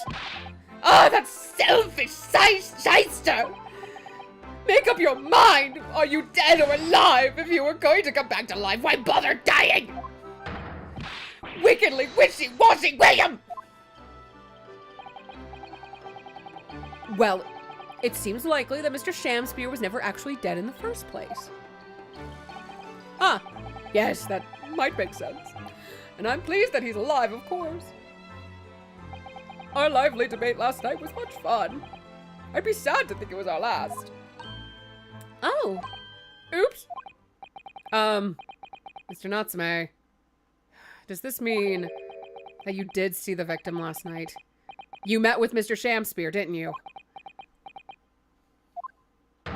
I'm not saying another word! I demand to have a lawyer present! Who do you think I am? Please, Mr. Natsume. We need to hear your side of the story. Why am I cursed like this? I don't know, man. I wish I could tell you. Can you tell us exactly what happened last night then, Mr. Natsume? There's nothing to tell! But Mr. Naruhodo Esquire, I'm eternally grateful to you for helping me with that accursed case yesterday. Why is this water bottle leaking on me? Why am I cursed? The case that saw poor Miss Green hospitalized after she ended up with a knife in her back. It's hard to believe that was only yesterday. After the trial was over, I trudged my weary way back to my lowly lodgings. And that evening, at past 9 it must have been, I visited Mr. Shamspear. So you did go to the victim's room then? As we feared. I didn't do anything wrong! I'd never been to his room before! Who's texting me? I was just a notification that doesn't matter. Then what made you decide to go? I bumped into him when I arrived back at the house. We got chatting and it developed into a discussion. But he had to go out, so I bade him farewell. That ties in with what Mr. Garrett said, that the victim went out and came back after 8. We met again later that evening, at around 9 or just after, when I took him some nice tea I brewed as a gift. So it was you who brought the tea that had clearly been drunk at the scene then. And I suppose you were discussing the works of Shakespeare, were you? Yes, that's right. That's exactly right. Romeo and Juliet. Who was the stronger? I'm sure... Such a stimulating subject, Shakespeare! And the debate became very heated. So you slipped poison into Mr. Shamspeare's tea? No! Never! Not at all! Team Juliet won! That was me! And when I left his room, the flamboyant fellow was fighting fit! I swear it! Categorically! They were! They absolutely were! Who was... Man, I wish my college discussions were something along these lines, but nah, we always just talked about symbology. And that's it. This would have been way more fascinating than college. Mr. Natsume, you often say the same thing about yourself, I've noticed. That you have a cursed existence? I'm sure I've mentioned this to you before, but I've been here in Great Britain for a year now, and in that time I've learned that it's no place for me. It can be very trying to live in a foreign land and adapt to the ways of another culture. There are foreigners everywhere I look, and they all stare at me. They all laugh. That's the impression I get whenever I go out. It makes me scared to leave my room. Which is why I've become a recluse. It's even in my room, but even in my room, I find no respite from my fears. I've moved more times than I can remember, and then 1 week ago, I moved into Briar Road. But why? I mean, why did you choose that place? Doesn't seem very comfortable. Yeah, I think it's just like one of those things that it's like, man, I wanted one class day that could have been just like stupid shit like that.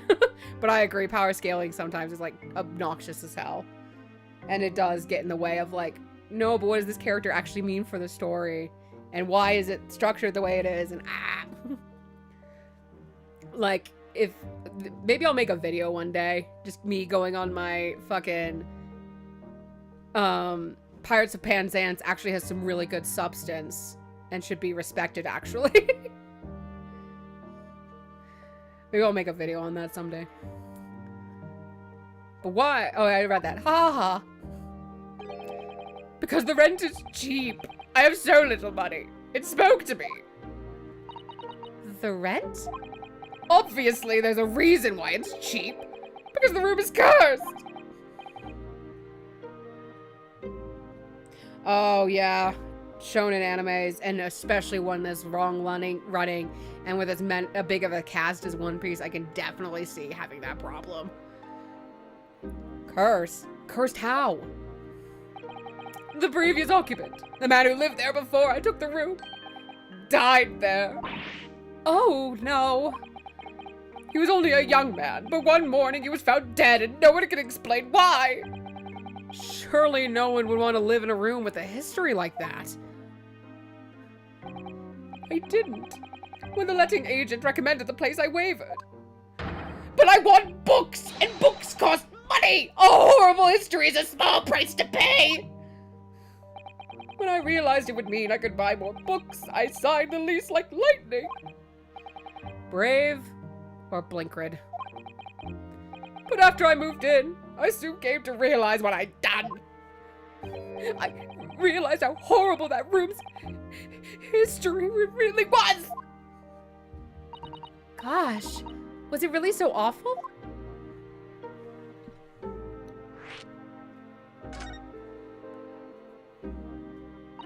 How did the room's horrible history affect you, Mr. Natsume? What happened? At first, it was just a feeling. The feeling of beady eyes boring into my back, watching me. Do you think that might have just been your mind playing tricks on you? No. My mind doesn't know any tricks. It was someone else. It's been one long nightmare ever since I was given the keys to the place. A nightmare? You've been having bad dreams, you mean? All the souls who died in that room lean over me in my sleep and try to strangle me! That really is horrible. And now I come to think of it, it happened again last night, too! The very same night that Mr. Shamspeare was writhing in agony from the poison in his body. I was on the verge of being suffocated silently by those miserable spirits in my room! You simply must move out of that room as soon as possible. Yes, you're right. I know it, and that's why. I'm already searching for the next room with a history to call home. I think perhaps you should try to avoid accommodation of any kind of history at all.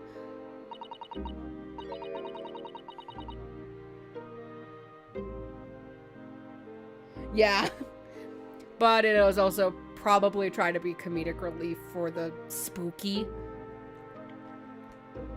But also Ryunosuke is a bit of an ass. But that's just like the Naruhodos in general, because like Phoenix is an asshole. and so it makes sense that Ryunosuke would be too.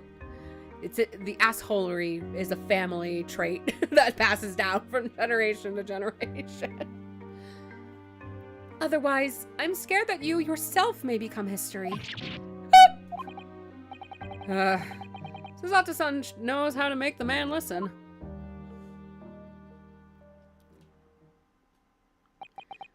Of course. Mr. Lord of the Manor is worried about the curse on my room as well. You mean Mr. Garradeb? Yes, he knows that if people keep dying there, he'll never be able to rent it out again. Well, that's true. I, for one, wouldn't go near the place. Perhaps that may explain why the landlord pays so much attention to the gas lamps and his tenants' movements.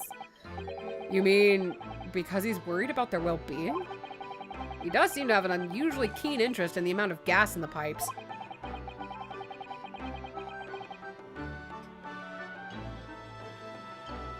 I mean, the blue text isn't the... Oh, no, he doesn't actually ask that stuff. He does. I think the weird part with Ryunosuke is in the blue text is supposed to be in his head, but it's established Ryunosuke has a really nasty habit of saying out loud what he's thinking, just whispering, and Susato always comments on whatever he's thinking, and he's never picked up he's saying it out loud. So it's just kind of one of those things that I don't know if he can even do it internally, even if he wanted to.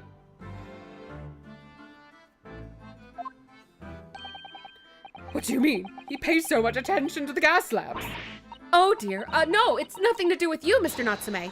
Please forget I said anything. Oh, now you're talking about me behind my back as well. What's important is that Mr. Shamspeare isn't in fact dead at all. Once he's come round and he's able to tell us what happened, we'll be able to get you released. Yes, please.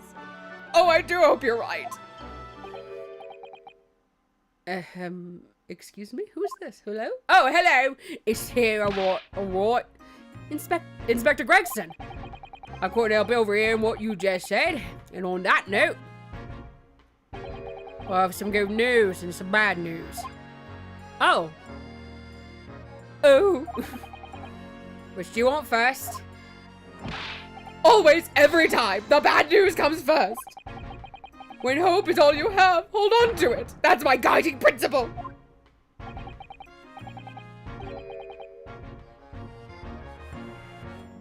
It could be. Yeah, I don't know.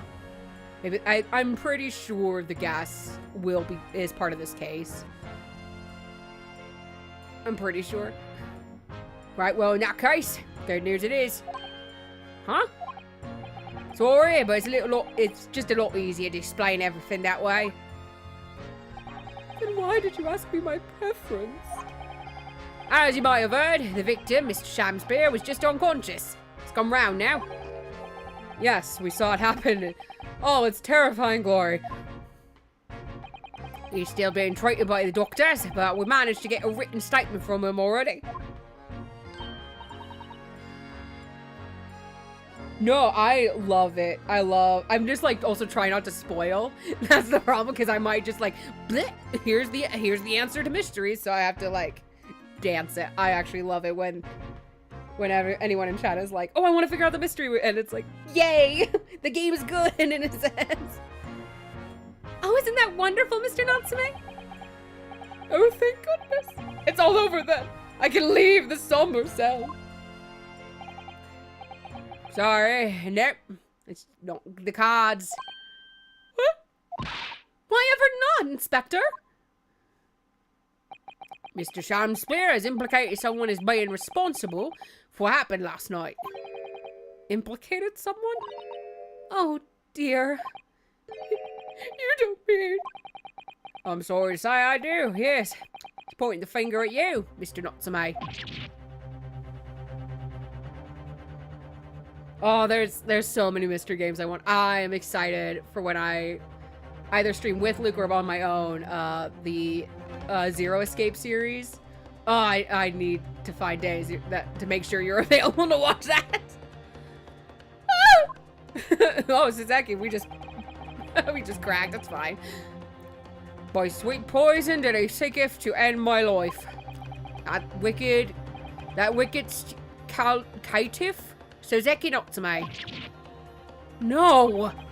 So I'm afraid you'll be appearing in court as planned. You'll be wanting to make the necessary preparations. No!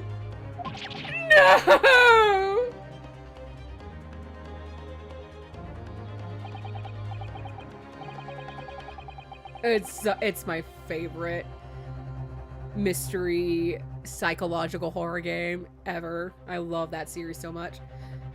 And so, once again, Suzaki-san found himself having to take the dock in the Old Bailey. Whether his room was haunted or whether he was just terribly unlucky, I knew I had no choice. The following day, I would represent him in court and do my utmost to break the curse that blighted him.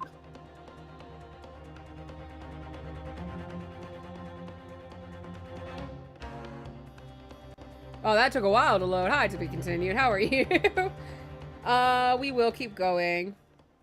Because, I mean, my cutoff point has to be a little before 5. Just because I'm getting a plant that I'm babysitting delivered. So, but I think we should be able to at least get into the trial here before we have to do the next investigation. I said, let's go, bitch. Listen to me. I think it is, if I'm remembering right. I'm pretty sure it's Spike Chunsoft. It's like a Spike Chunsoft Atlas, I think, partnership? I can't remember. Same guy who did the AI Somnium games, though. The Old Bailey. This place always makes me feel strange. I seem to get chills down my spine and break out in a nervous sweat all at the same time. Well, I didn't think I'd be back here so soon. That's my line! Good morning! Ah, good morning, Mr. Natsume.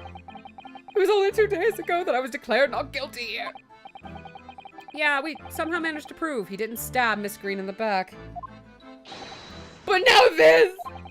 Another morning! Another murder! And here I am again in this hellhole! Can't keep coming to court! I'm beginning to think he's right. He really does seem as though he's cursed. Mr. Naruhodo, I'm afraid I have bad news. Oh! Mr. Natsume, good morning. Yes, morning. So, here we are again. Yes, again.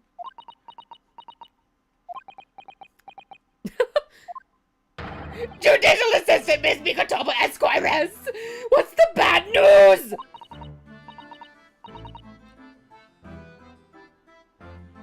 Oh, I love AI Somnium. The newest one was a lot of fun. Oh dear. You heard, did you? If you come in shouting at the top of your voice, people can't help hearing what you say! Oh, I'm sorry. You've done nothing wrong, Mrs. Otto. Now what is it? Well, it seems that the prosecution in today's trial will be led by Lord Barrack von Zeeks. Von Zeeks? Oh no! Oh no, no! The so-called Reaper of the Bailey. The most legendary prosecutor in the land. In the trial 2 days ago, he pursued Soseki-san and I relentlessly. Of course, by the skin of our teeth, we managed to pull through, but still. Perhaps Mr. Natsume's acquittal in the last trial wasn't the end of the matter, after all. Yeah, I know what you're thinking.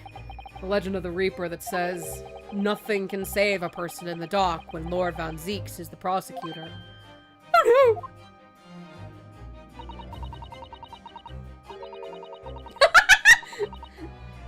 Yeah, Van Zeeks is pretty great. That even if that person is found guilty, the accused will meet a mysterious end, one way or another. And we've experienced it firsthand. A man we successfully defended met the most terrifying end after his acquittal. Right here in the Old Bailey.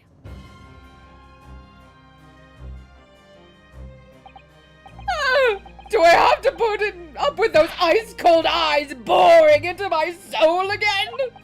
Cursed by evil spirits and now by the Reaper. Pair of petrifying perils, potentially! Well, if it's potentially, at least you appear to have hope, Mr. Natsume.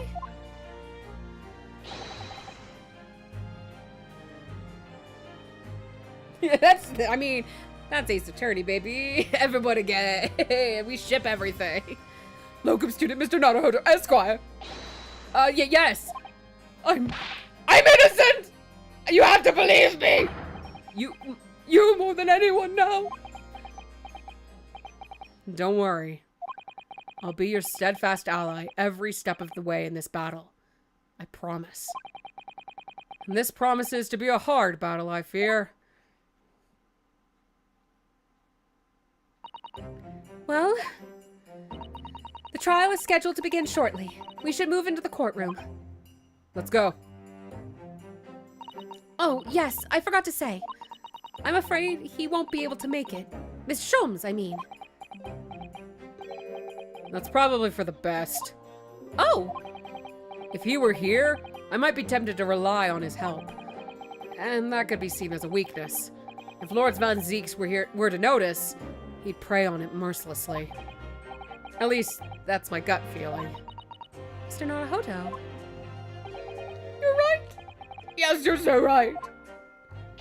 Oh, well said, locum student Mr. Naruhodo, Esquire, well said. I swear on this sword at my side, and on the spirit of Kazuma that it harbors. I'll show him what a Japanese lawyer can do. I'll set you free. With honor. Oh, yes! Whoop! How'd I hit that button?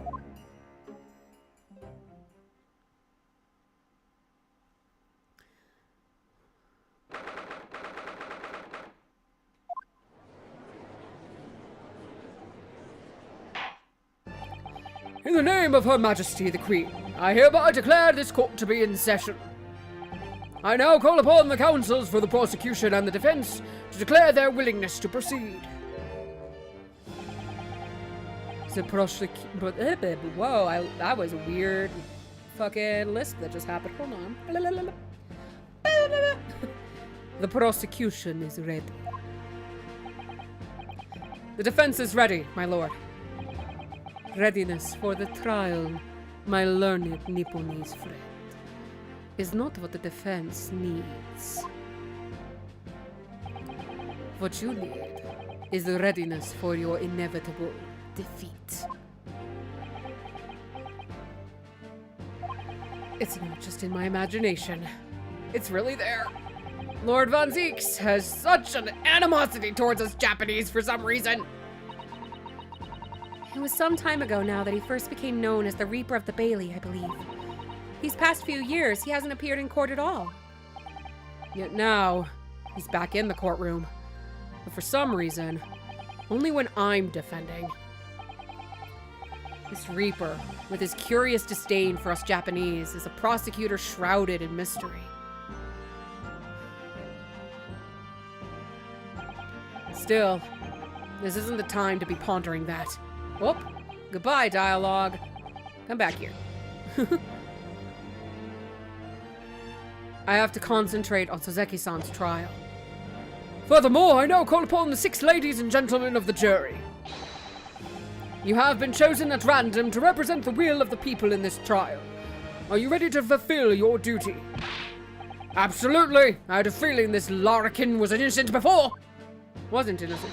I must say that I feel especially ruthless on days when my hat refuses to sit right. Oh, well, I rather like how you're wearing your hat. I think the ruthless look is very fetching, actually. I need to be somewhere at 10 o'clock. I have a very important meeting. Let's make this quick. According to Greenmore, I need to take home 5 bob tonight or the missus will go through the roof. Oh, may the Lord show us all the light here and lead his flock to a righteous verdict. The British jury system is so very different to our own, isn't it? It's quite extraordinary to think that the power of judgment is in the hands of 6 members of the public, and that the judge can only pass sentence when all jurors are in agreement about the defendant's guilt. 6 citizens of London, chosen at random, or at least that's the idea. The prosecution would draw attention to the fact that the accused was on trial here 2 days ago. Accordingly, where possible, the same jurors have been asked to return for duty today. That's a bit fucked in my opinion. That's kind of mean. Should have been random again. Very well, let us commence the trial. Lord Van Zieks, your opening statement, please. Ladies and gentlemen of the jury, it is not the intent of the prosecution to cast doubt over your past decisions. However, the innocent verdict afforded to the eccentric Nipponese before has had dire consequences. Did the accused repent for his wrongdoing in that affair? Far from it. Instead, he used his freedom to perpetrate the most blood-curdling crime. Namely, that of the attempted murder of his neighboring lodger, an innocent Englishman. Oh, way to make it all about race now, my guy, you ass. Objection part 2, the jury are not impartial, they cannot stand on this trial. Right? But we can't do that part of trial. We just have to deal with these asshats. To explain the circumstances of the crime, the prosecution calls its first witness to the stand. I'm already in serious mode. I lose the accent now. I'm no longer a vampire. The detective responsible for investigating the scene, and the accused himself.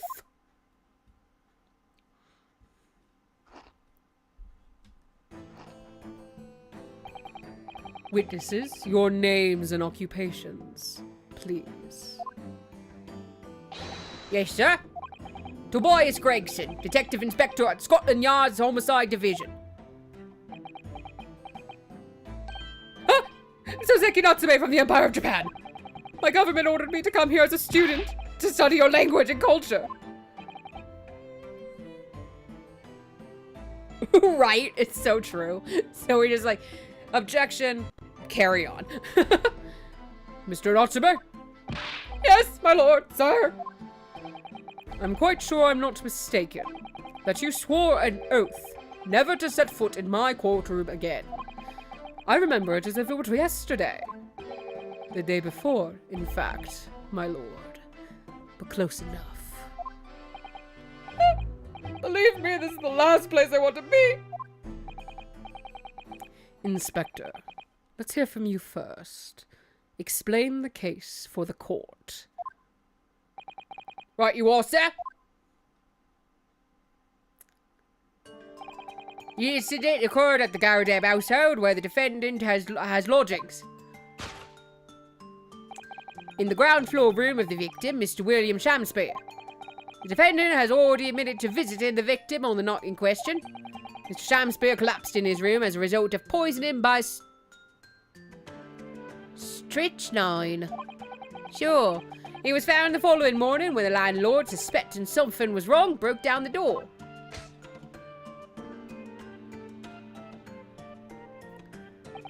This means, I presume, that the door to the victim's room was locked at the time of the incident.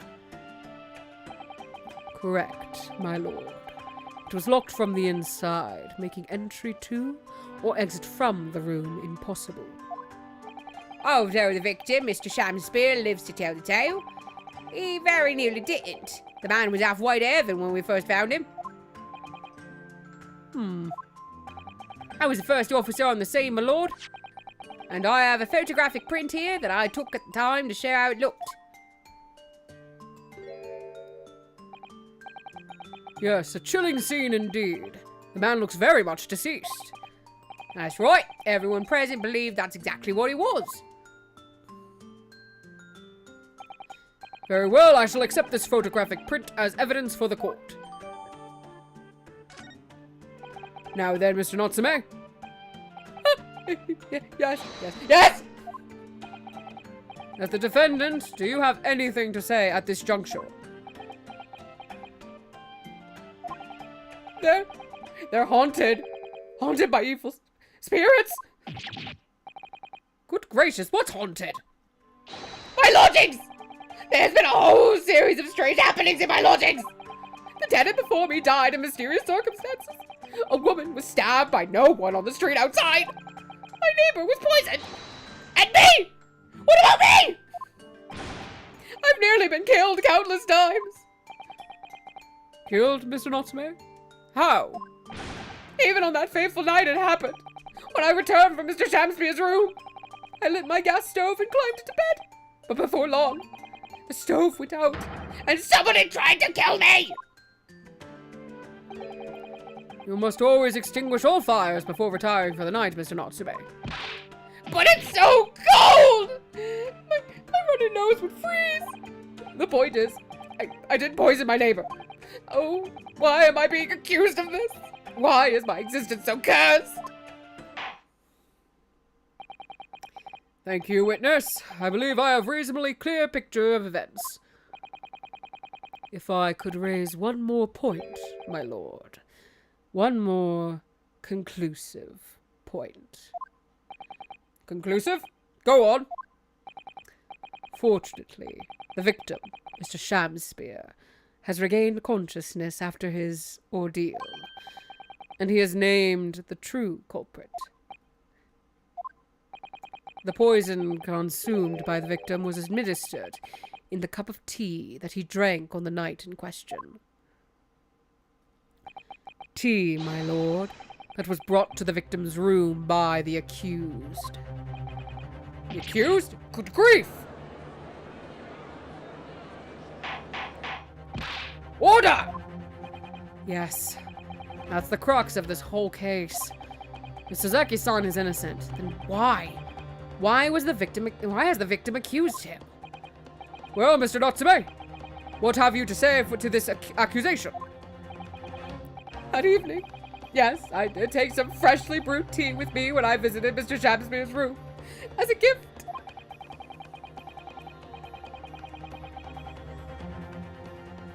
Ooh. Beauties, beauties. The public water pump outside always freezes at night, so I bought bottled water especially to make it. And this is the result! Never will I touch tea again! Never! The public pump was frozen, you say? That's not information we've heard before. That will do, thank you. Now, according to our laws, the defense must have the opportunity to cross-examine witnesses at least once. Therefore, I call upon these witnesses now for a formal testimony. I presume the prosecution has no objection. None whatsoever, my lord. Good. Then you will give your account of events on the night in question to the court now. Yes, my lord!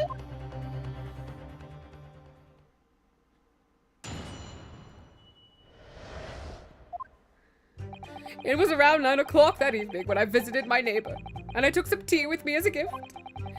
We had a heated literary debate over a nice hot drink, after which I went back to my room at around 11. My tea was completely harmless. He couldn't have locked the door behind me otherwise, could he? Strychnine might take some time to have an effect on the body. People don't keel over immediately after taking it. The victim would have been perfectly able to lock the door after his guest left. The argument still stands.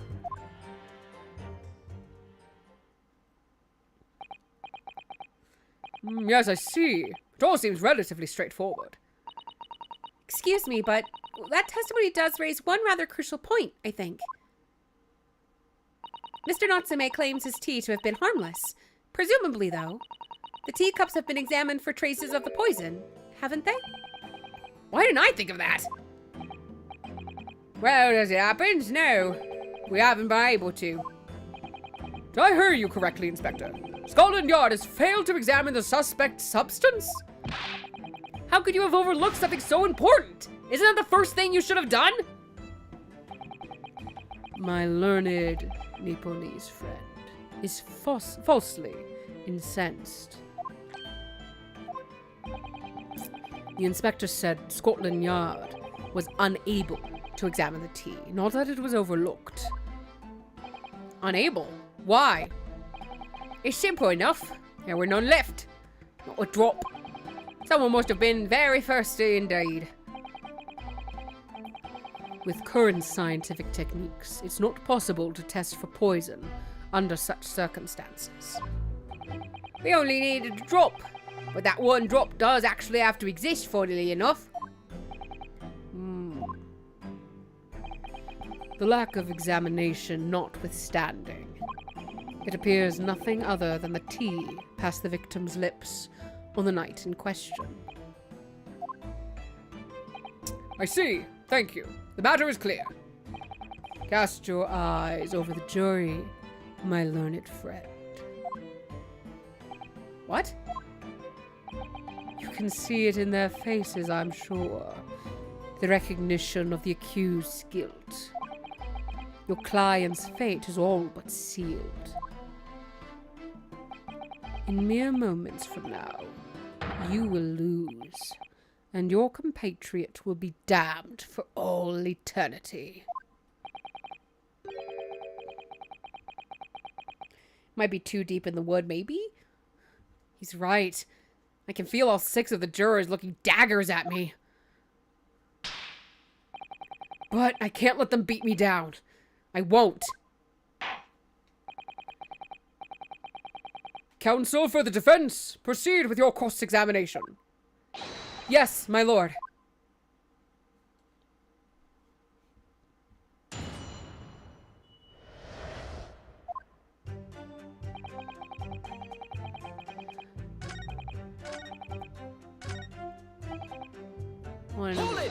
Hello. How long does it take for symptoms to appear then? According to the coroner I was speaking to at the yard, about 30 minutes after the poison is consumed. Then the victim suffers violent convulsions, cramping and stiffness, and eventually dies from asphyxiation. So there's a 30-minute interval between when the poison is ingested and the onset of symptoms. Seems to be a lot of different types of poison in the world, that's for sure. Dear, death by poisoning again. It's always so awful. 30 minutes is a long time. Certainly long enough for the victim to have locked the door behind the accused after he left. Can't deny that. And it further degrades Soseki-san's alibi. I have the medical report from the doctor who examined the victim here, my lord. Spells it out, really. The accused is the only person who could have done it. Very well. The court will add this report to the court record as evidence. Oh, yes. I see it here. Delayed onset of symptoms. I want to read that first. My goodness, girl. Calm down. Toxic offense, blah, blah, blah. The high likelihood the substance being mixed with the tea the victim was drinking. No sample could be obtained. Poisoning occurred around 1:30 a.m. Oh, cool. Yes, pocket watchdog. Sweet. Sweet.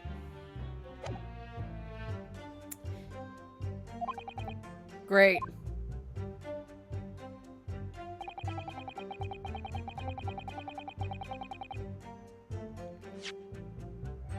When did Suzeki-san leave again?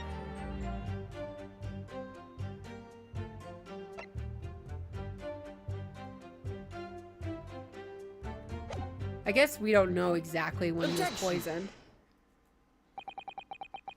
The argument still stands, you say? I think not, Inspector. Go again?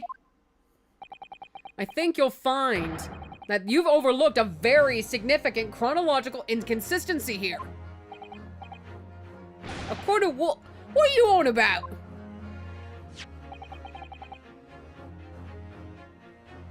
According to this report, the victim must have consumed the poison at around 1:30 in the morning. And yet, the defendant, Mr. Natsume, left the victim's room at 11. Yes, that's right. There's more than 2 hours of missing time there. Fun. Sorry, I think my phone's wigging out. I'm trying to make sure I don't lose chat. Ah. Can you calm down? Can you calm your tits, phone? Oh my god. Thank you. That was right.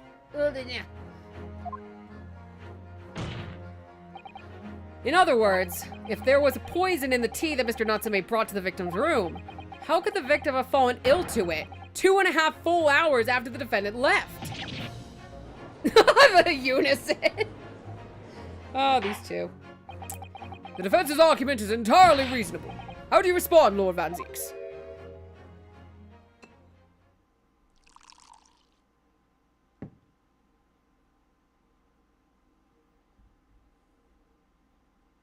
This bouquet is shit. Pray, forgive the discourtesy of my mind has wandered. I was considering what cuisine would best complement the contents of my hallowed chalice this luncheon. How could it have happened, you ask? Ow, my hand. I do hate to shatter illusions, but my Nipponese friend appears to be chasing a phantom idea. A phantom?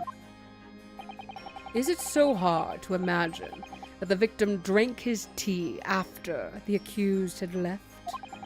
For example, at the time stated in the medical report. Yes, at around 1:30. Objection! Mr. Natsume brought the tea with him to drink together with his neighbor. And in Japan, there is a well-known saying, drink tea while it's hot. Objection! And in my country, there is an even more apt saying, there is nothing more refreshing than cold tea.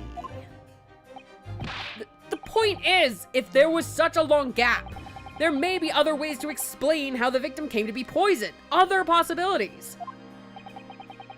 What sort of possibilities, counsel? Well, for example, the man could have had another visitor. Another visitor. That's a very bold assertion, my learned friend. From someone who has nothing to substantiate it. Or the victim could have taken the poison of his own volition. You suggest this may have been a suicide, counsel. Objection! Mr. Shamspeare has categorically denied suicide. The idea can and must be discounted. Objection! But he could be lying.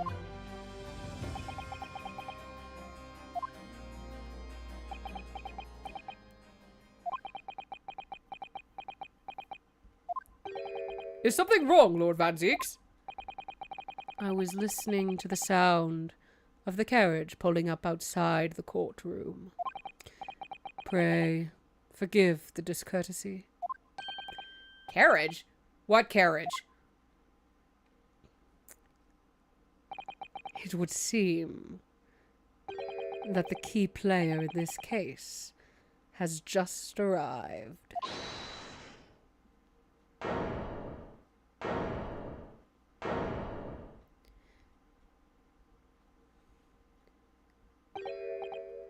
Out, out, brief candle. Life is but a walking shadow. Hello. A poor player that struts and frets his hour upon the stage, and then is heard no more.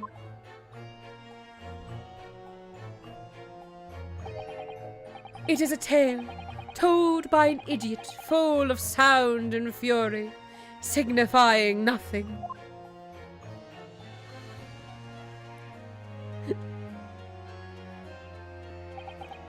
Who, sir, are you? William Shakespeare, my lord. Alas, 'twas I undone by these bitter events. I am the victim. What? What's he doing here? I love that it looks like Suzeki-san's trying to look at the player like, help me, please. Please. The prosecution seeks to call this gentleman to the stand.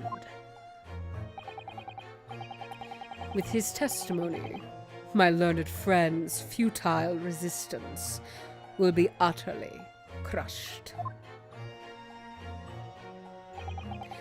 You're calling him as a witness? Very well, counsel. I grant your request with interest. I'm curious to discover what the court shall hear from the victim himself.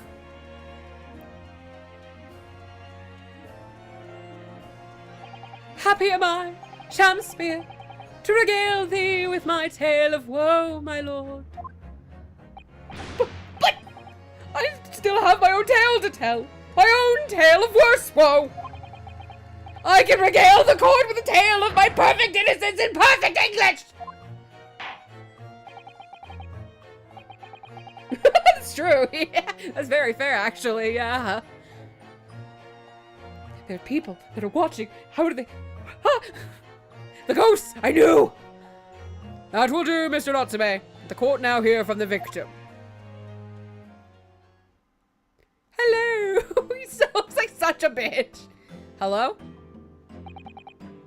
Alright, so that's Mr. Shakespeare. But who's that other man beside him? Yes, I feel sure that we've caught a glimpse of that man before.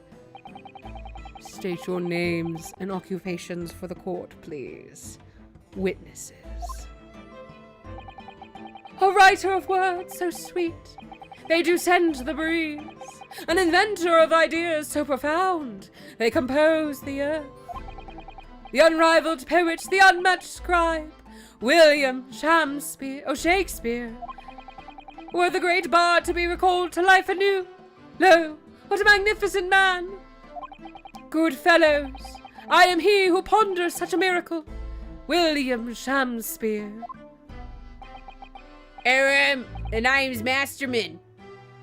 Adrian B. Materman. Oh, Meterman. I can't read. Help. I work for the Altamont Gas Company, East End branch office.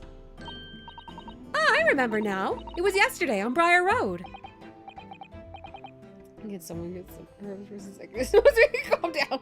He does need help desperately. Except I think at this point all we got is like heroin, and that's no. I will not help him.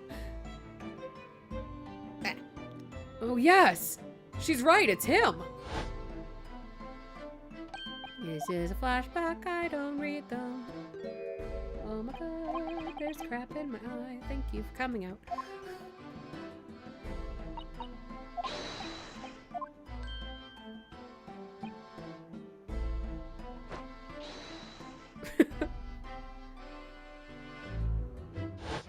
There we go. Yeah, we spotted him outside Mr. Garrett's house that morning. And he's a gas company employee? What does he have to do with this case? So, Mr. William Shakespeare, you are the victim in this miserable affair, correct? Oh, heaven! Oh, hell! Do you command me to remember that sweet poison that didst cross me and cross mine innocent lips? I subpoenaed him for the trial, with his doctor's permission, naturally. Hearing the testimony of the aggrieved will remove any room for doubt from the jurors' minds, I'm sure. Behold, you have only to rearrange the letters of my name to see that me is a seraph, an angel indeed. Thus be I noble of mind, sweet of nature and verily honest of heart, as all heavenly angels be. That's true. They did, I guess. I never really considered when and where drugs pop up in history, so because there isn't a less contrived meaning in your name. No, not at all. The jurors seem to be very moved by this man, I'm afraid. They're actually taking the seraph anagram idea seriously? Thank you, witness, for your illuminating introductions. But my lord, what's the man next to Mr. Shakespeare doing here? The gas man, I mean. Me? Well, now. Allow me to enlighten my learned friend. You recall, I presume, your earlier impertinence? When you suggested that the victim had another visitor to his room on the night in question? And moreover, that the victim is a compulsive liar.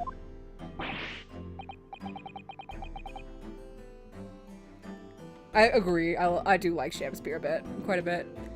What? No, I didn't quite say that. This young chin-stroker is here to controvert your wild claims conclusively. Is that not so, Mr. Meterman? Hang on, no, I'm just here. I hereby call for your formal testimonies. You will tell the court as lucidly as possible what happened on the night in question. One may smile and be a villain. Yes, it doth pain me, but let the truth be spoken, the truth of that wintry night of my discontent.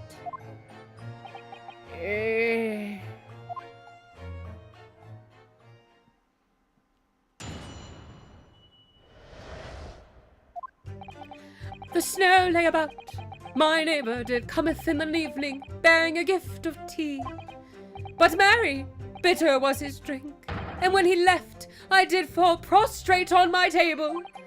'Twas the tea alone did pass my lips that late hour, not else. I was outside this bloke's window in the freezing cold all night, keeping an eye on his room. No one else visited his room but that short little round-backed Eastern fella. Wait, what did you say? You were keeping an eye on Mr. Shakespeare's room all night? That's right. Of course, the bloke's window is all blocked up, isn't it? But there's a little gap in the bricks where you could see into the room. So I spent the night trying to keep my teeth from chattering as I peered into it. The question is, sir, why? Well, now, that's because he's on my list. What a piece of work is a man! Wherefore wouldst thou not stare in wonderment? Aren't I pretty? Is basically what he said. Oh, I could do an Irish with Meterman. Can I get my Irish back out? Well, no, I probably couldn't. I'm not very good at it. I could do it pretty decently when we had the literal Irish character because it was in the text, so I could get my mouth to do what I wanted it to. What are you talking about? This buzzing busybody hath not part in this play. I pray thee, pay him no heed. Make no more ado about his tedious words. What'd you say about me? Calm yourself. This court is concerned with what happened on the night in question. Nothing more. Indeed, that is so. And, as the testimony we have just heard clearly reveals, there was no one other than the accused present at the time who could have carried out this crime.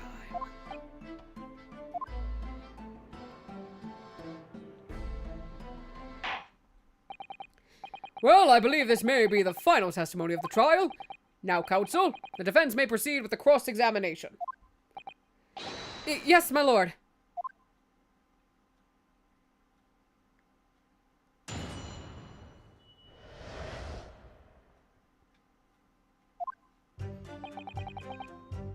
Hold it! To be clear, by neighbor, you are referring to the defendant, Mr. Natsume? Oh, indeed, sire. Perchance thou wouldst that I called him the man from upstairs? And at what time did the mustachioed Nipponese visit you in your room? Our meeting was promised for the hour of 9, and lo did he come to tender a gift of fragrant tea. Details which are in accordance with the defendant's own testimony, yes? And were we broiled in such a literary debate as history hath not seen before. By which I presume he means... Their discussion about who was the stronger, Romeo or Juliet. I, Shakespeare, did play the part of young Romeo, whilst my neighbor played the fair Juliet. Each of us dressed as would our characters be, to bring weight upon our merry experiment. Oh my god, Saseki in a dress!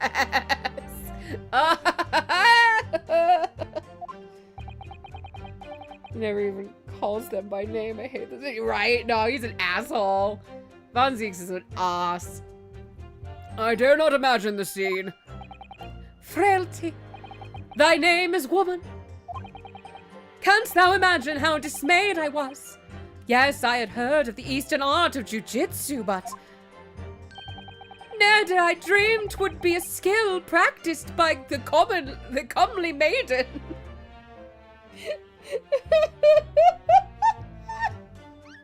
I want to see this version of the show.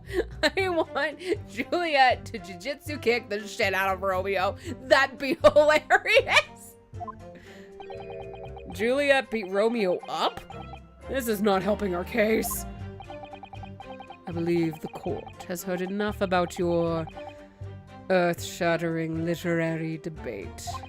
Perhaps you could reiterate your statement about the tea that the accused brought to your room. My liege, I am thy servant. Gladly I would do thy bidding. Hold it! Let me stop you there. Mr. Natsume left your room at 11 o'clock, but it wasn't until after 2 that the poison made you collapse. That amounts to more than 3 hours of missing time. What are you doing? What are you doing? If the defendant... Sorry, hold on. I forgot how weird Shakespeare is, and I forgot how much I love him. He's such a fucking guy. Whew. If the defendant had really put the poison into your tea, that 3-hour window of time is something you're gonna have to explain. Gladly, 'tis an easy task. What? I did drink of the tea not whilst my guest did tarry, but after he took leave of me. Faith, 'twas stone cold, but at 1 hour past midnight, verily were my lips parched. Objection! That doesn't sound normal. Nay, 'tis quite ordinary, sire. After all, thou wouldst recall our fiery debate. Amidst such argument, there'd be no time for fiery tea. Oh god, yeah, get rid of them. Murder the spider. Romeo and Juliet again. And who was stronger? Mr. Shakespeare, in summary, allow me to confirm. Did you not come here with the intention of naming your attacker? But of course, my liege. 'Twas the stooped lover of words did attempt to shuffle me off this mortal coil. We all know what that means. Hold it! So, you didn't have any kind of evening meal? Dinner, supper? Fie on luxury, fie on gluttony. To eat thrice daily is but a waste of time. Sorry? I would that my belly were full, no more oft than the sun doth rise. Well, most heroic eating habits, I must say. Night and day do I fill my hours with learned study of the great bard and playwright. Hence, it is that there doth not in my chamber be than the costumes of mine art. That would appear to be the case, as even a rodent was found starved to death in your room. Now I think of it, it's not just food that was conspicuously missing from that room, is it? I don't recall seeing a single play or script anywhere. For I have devoured them all. You've eaten them? Every word be within my skull. Dost thou imagine otherwise? Right. That wasn't misleading at all. Now, could you turn around, do you think? Which brings us to the conclusion that the only way the poison could have passed the victim's lips is in the tea. Hold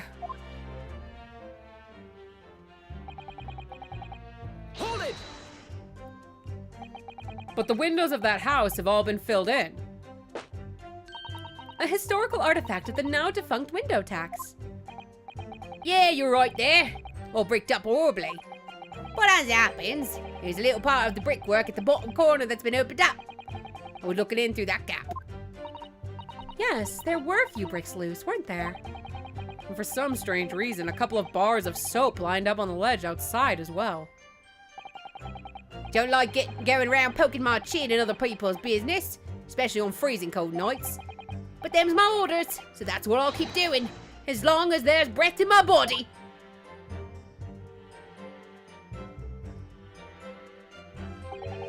What's with all the theatricals today? Out of interest, Mr. Metterman. Or Meterman. Either way, I don't care. After the accused had left and returned to his own lodgings, did you see the victim leave the room at all? No, he never left. He was in that room the whole time as far as I'm concerned. And we can therefore discount the possibility of suicide. How can you be sure of that? The police carried out a thorough investigation of the scene and found no receptacle for the poison. And since we know the victim didn't leave his room, and hence didn't dispose of the poison's container himself, it's clear that this was no attempted suicide. Only the culprit could have removed the receptacle.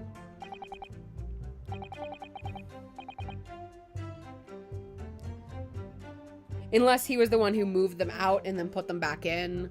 Or Shamspear moved them out at some point and put them back in. I don't know. We don't know what the before time is. But it's also still possible that he's lying. Yes, lucidly explained, counsel. Thank you. It really was. You can't argue with the logic.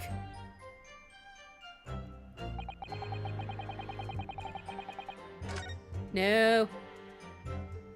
I wanted to press that. I don't want to read this.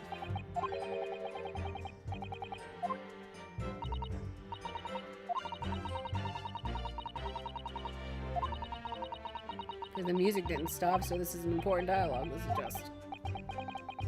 Try again. Keep going. Keep doing the thing.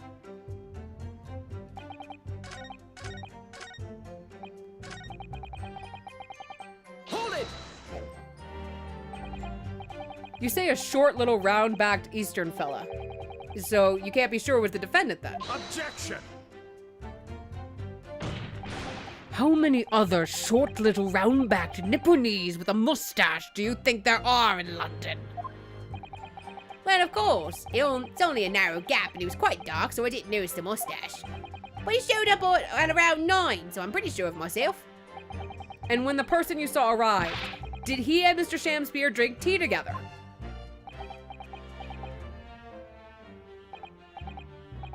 Yeah, and they're not very good at that. That's the one flaw of Ace Attorney games. Nah, sorry, couldn't say. Why not? Because I couldn't see into the room all that well, could I? But what I did see was the silhouette of that little roundback fella wearing a pretty dress. And then the pair of them started some kind of wrestling match. Tell you, I didn't know what to make of it. I suppose that was the Romeo and Juliet championship battle getting underway.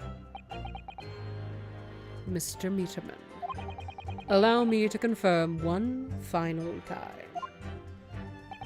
Apart from the accused, can you state with certainty that no one else visited the victim on the night in question? No question. Gasman's honor. Hello? He was telling me to shut up. You shut up. My lord! Goodness me. Yes, Mr. Foreman. I've kept my mouth shut and listened up till now, but this has gone on long enough. Are you all with me? Yes! Wah! Are we to understand that you, ladies and gentlemen of the jury, are in agreement with one another? That you've reached a unanimous decision? Too right we have! Are you all with me? Yes! Wait, no! The defense is just in the middle of a cross-examination! To be honest, I was holding out a bit of hope for you, young man. Especially after you identified those few hours that followed the accused leaving the victim's room. Yes, the 3 missing hours, as you put it. But in the end, what difference do they make? None as far as I can see. Yeah, no, I agree. It's something like, as I've grown older, started like really getting into, scripts and my education with theater and stuff. Yeah, these games are wordy as shit when they really don't need to be. And since that's now apparent, there's really no reason to delay our decision any longer. Like I was saying before, if I don't take 5 bob home with me tonight, the missus will blow her top. What's that? Sorry, I didn't quite catch that what you said. Very well, let the court be apprised of your decisions. Ladies and gentlemen of the jury, you will state your leanings as to the defendant's culpability. Guilty! Guilty. Guilty. Guilty. Guilty. Guilty. Oh, he's Irish.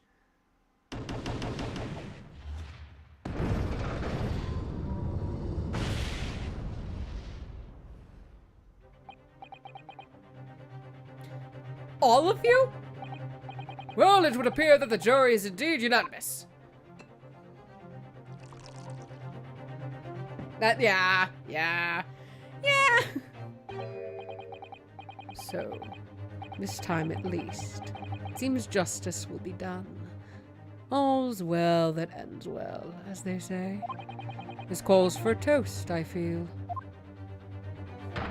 To the guilty being punished.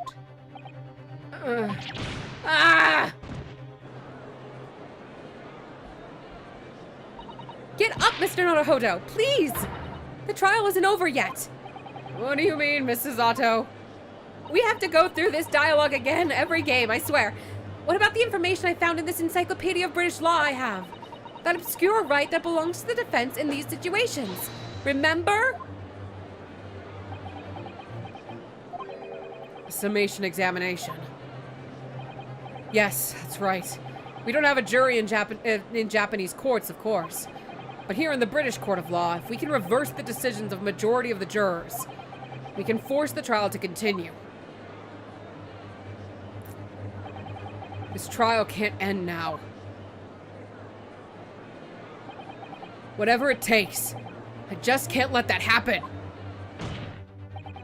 The defense moves to invoke its right to a summation examination, my lord.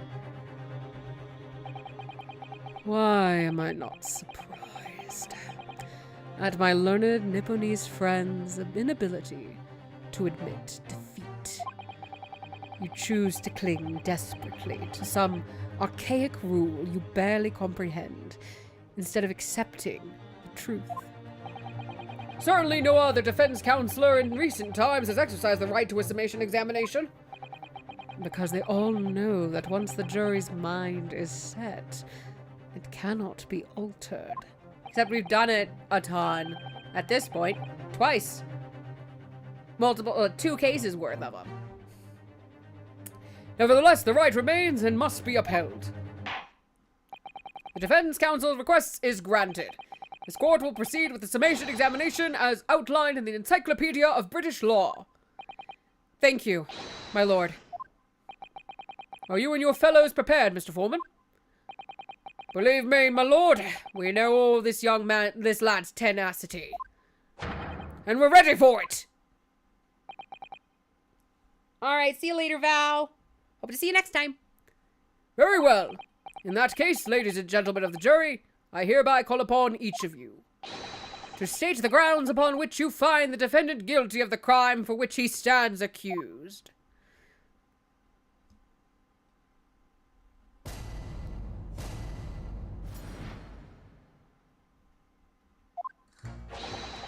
The victim may well not be well off, but he's a noble man and straight up. There's no reason to doubt the man. Well, I do declare the good gentleman has no reason to lie.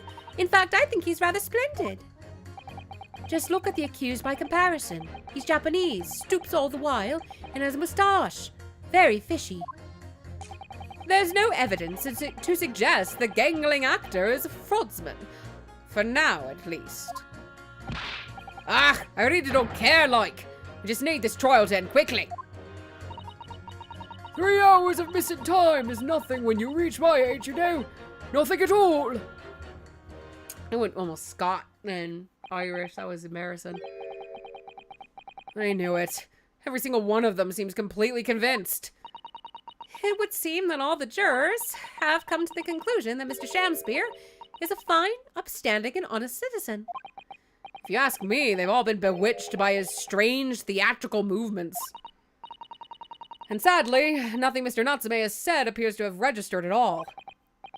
Well, here goes. Let's not forget. I've pleaded with the jury on Soseki-san's behalf before, and it worked. So you never know. Before we begin, it might be an idea for me to remind you exactly how his... We're not reading this part.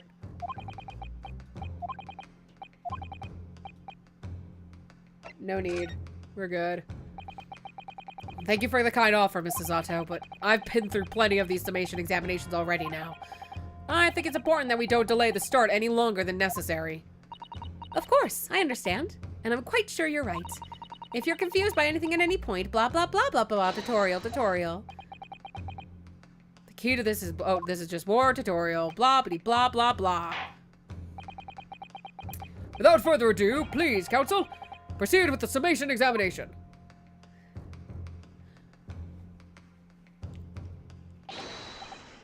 Yes, my lord. Shamspeare just back there like, hello! How are you?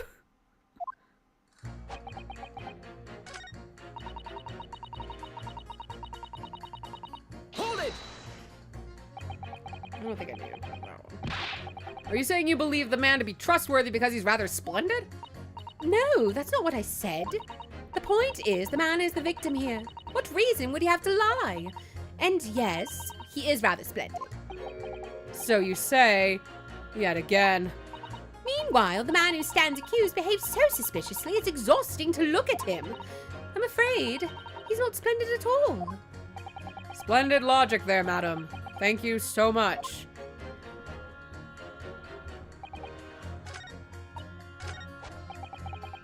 Hold it! Well, there are plenty of people in London who seem noble but poor. Couldn't some of them also be liars?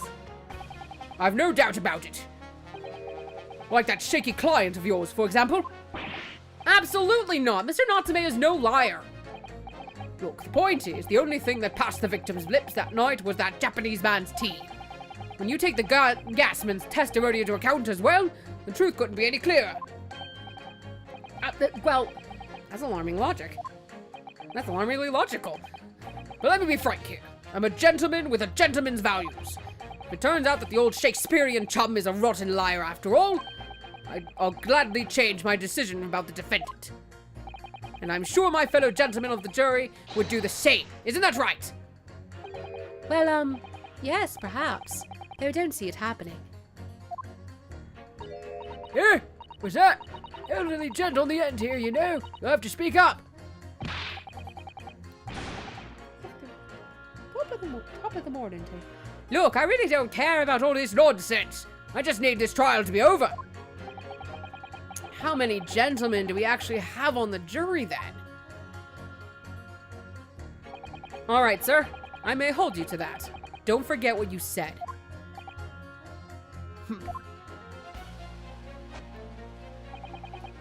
And if you could show me that the victim is a liar, I'll reconsider my position.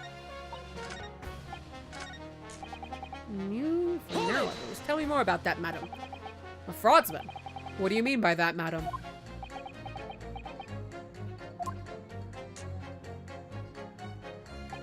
It really is a most tiresome problem for the company. Most irritating.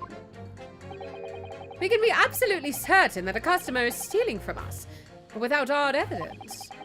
We can't even threaten to take action for fear of being sued. I'm sorry, you've lost me a little there. Who are you?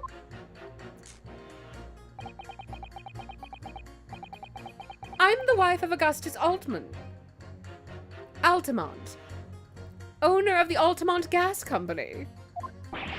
Good gracious! Altamont Gas, you say? Gas is the future of energy in this country and around the globe, but proper handling is essential.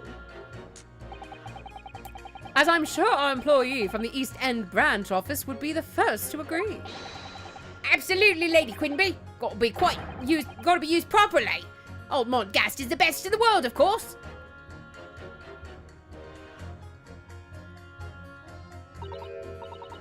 I think we might have solved the mystery of the bow from earlier, Mr. Naruhodo. Right. He bowed in deference to his employer's wife, did he? So, would I be right in assuming that the reason Mr. Meterman was watching what Mr. Shamspeare was up to in his room?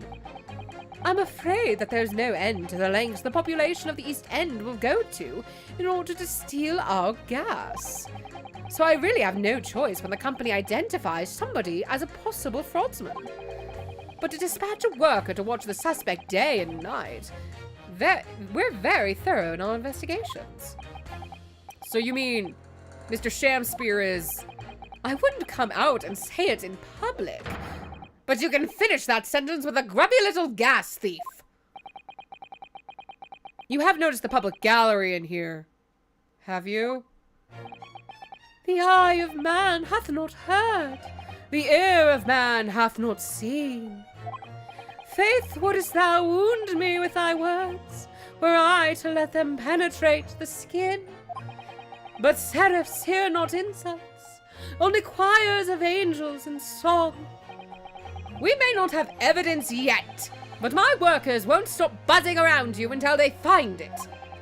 But when they do, you'll find yourself blasted back to your angelic heights in an Altamont gas explosion. So Mr. Shamspeare has been stealing gas. I wonder. Juror number 4, if you wouldn't mind adding that information to your statement? My pleasure. Was it the bit about ripping that thief apart you enjoyed? A little before the part about abject violence, if it's not too much trouble. Yes, of course. This could be it. This could shift the balance.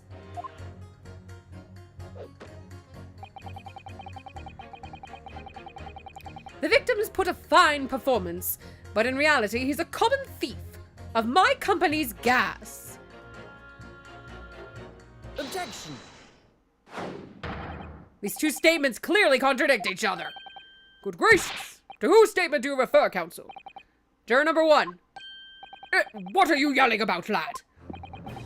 I presume you've heard juror number 4's statement, made by the wife of the owner of Altamont Gas? Well, yes. The victim, who you claim to be a noble, straight up man,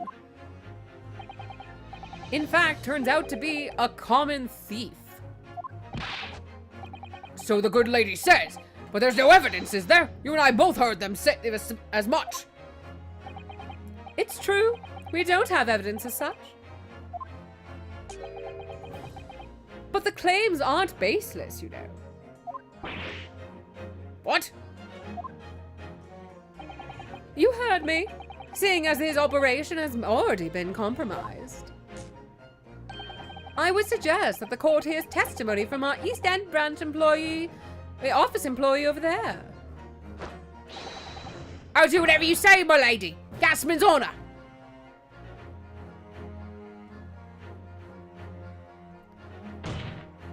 Juror number 1, you say you're a man of your word. If I could show that Mr. Shamspear was a liar, you assured me that you would reconsider your decision about the defendant's guilt. Yes, I did say that. And as a man of honor, I'll hold to it, as I'm sure the other gentlemen of the jury will. Me? Oh, well, yes. Now that we found out the man's a liar, perhaps we ought to consider the matter further. Well, if I'm perfectly honest, I haven't heard half of what you've all been saying. So if this means you'll recap a few points, that would suit me down to the ground. Oh no, I'm not having any part of this. I want this trial over and done with. In that case, I shall change my leaning. So, Mr. William Shamspear, if that is your real name, we of the jury demand to know exactly what kind of a man you really are. Hooray!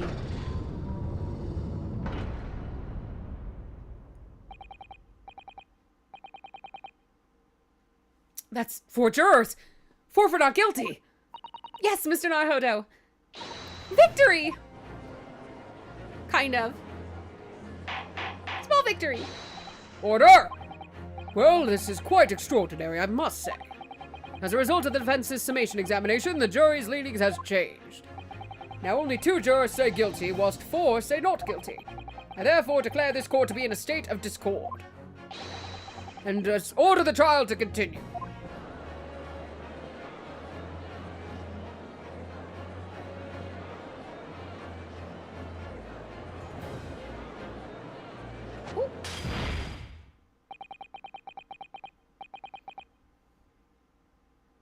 Hold on.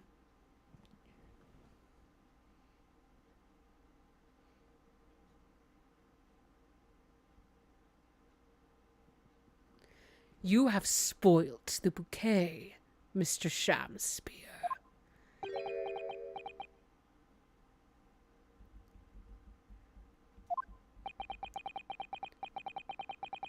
The ladies and gentlemen of the jury now find they are unable to trust you, the victim.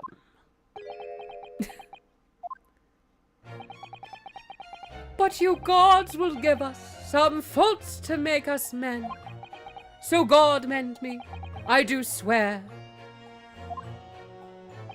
This gasman speaketh that which concerns him most, naught but gas, naught but thin air. It burneth bright a while, but it hath no substance, and it doth reek foul. Oi, what'd you say? Do I take it, Mr. Shamspear, that you deny the allegations of gas thievery? Most heartily, my lord. Hast thou forgot? I am as a seraph, an angel, noble of mind, sweet of nature, and verily honest of heart. Ah, you flowery-mouthed pompous beepo! Just 'cause I haven't got the evidence yet.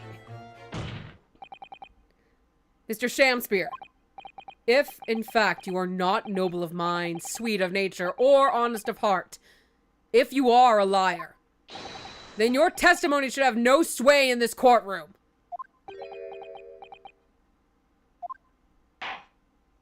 It is my considered opinion that at the present time, no other possible culprit of this crime has been identified. All testimony heard by the court thus far heavily implicates the defendant. In short, it would not be unreasonable at this stage for me to rule on the case. Oh no! However, in light of the fact that the jury has expressed concern about the fidelity of this witness, I believe it would be inappropriate for this court not to pursue the point further. Objection!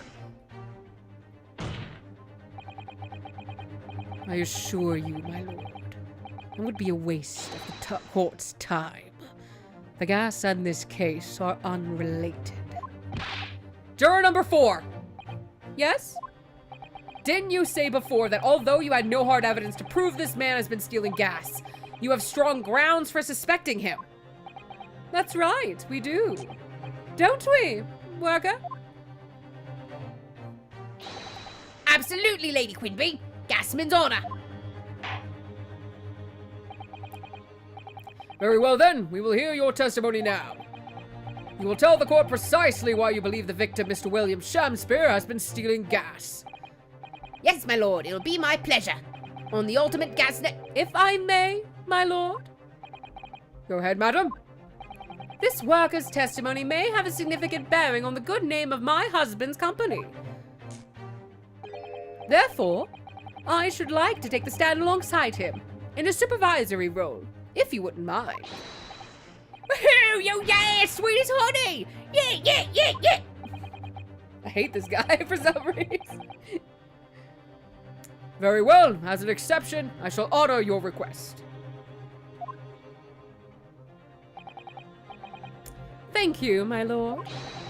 You wait till the boss gives you an earful! How it's gonna sting, you mark my words! So, you will both testify before the court on the subject of the illegal consumption of the Altamont Gas Company's fuel.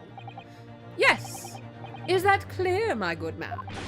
Clear as Altamont gas, my lady! Which is the clearest in the world! What a good little worker bee. Do you think the gas has gone to his head, Mrs. Otto? I think the man is just a very dedicated employee, Mr. Naruhodo.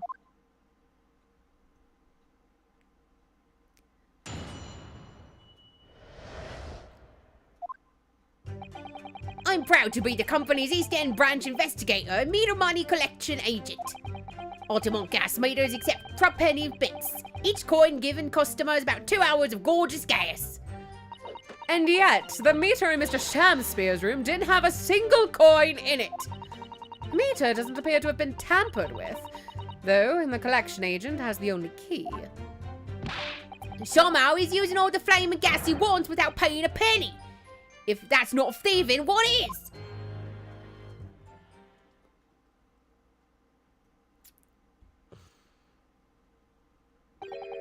Pray, forgive the discourtesy.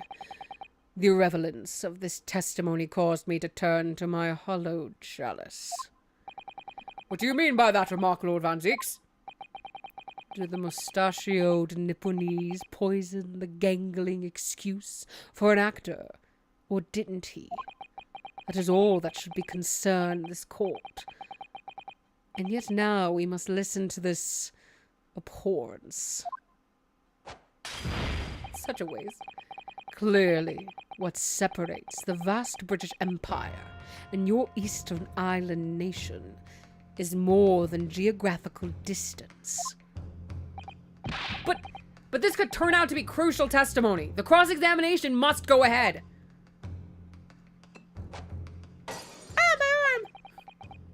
Do what you will. Lord Van Zeeks appears to be in a violent mood. Yeah, he does. An attempted poisoning, and an incidence of gas theft with no supporting evidence. It's true that they would appear completely unrelated at first glance, but I wonder. The truth tends to be buried in the most unusual places. And the first step in uncovering it will be to establish just who and what this man really is.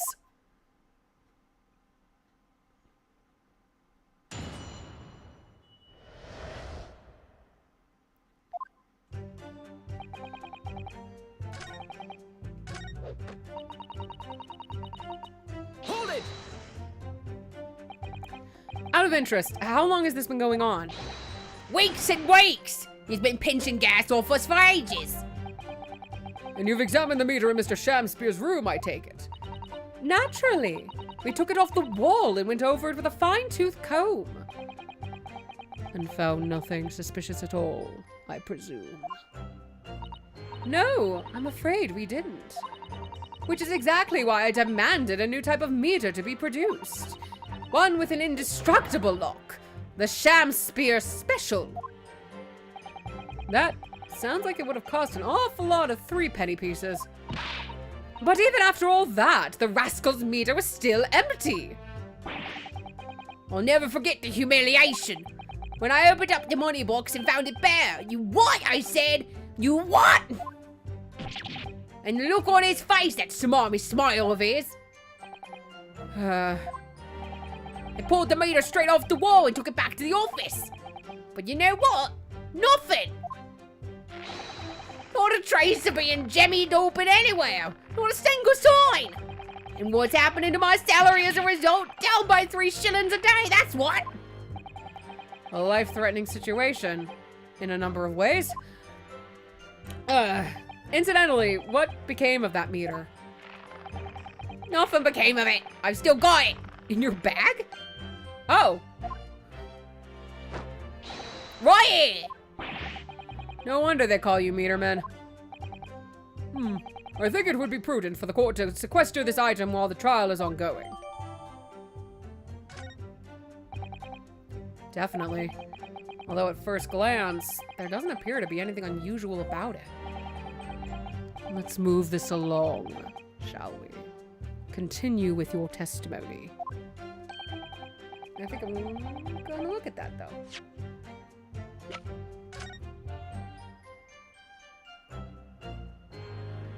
Hello. Oh, let's... Have you spotted something, Mr. Naruhodo? Just here, there's a little hole. Do you see? Goodness, you're right. I wouldn't have noticed. It's not a very neat hole, is it? Not professionally made, I'd say. So, you think it might have been opened up by Mr. Shamspeare? Possibly. Seems the people at Altamont Gas must have missed it. Well, it certainly seems to go all the way through to the inside. Yeah, but there's no way a coin could fit through here. It's true. But even so, it seems more than a little suspicious.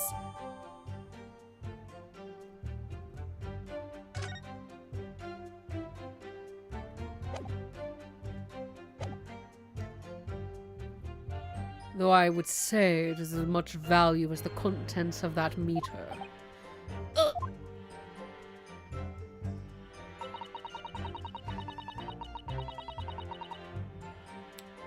But it has been.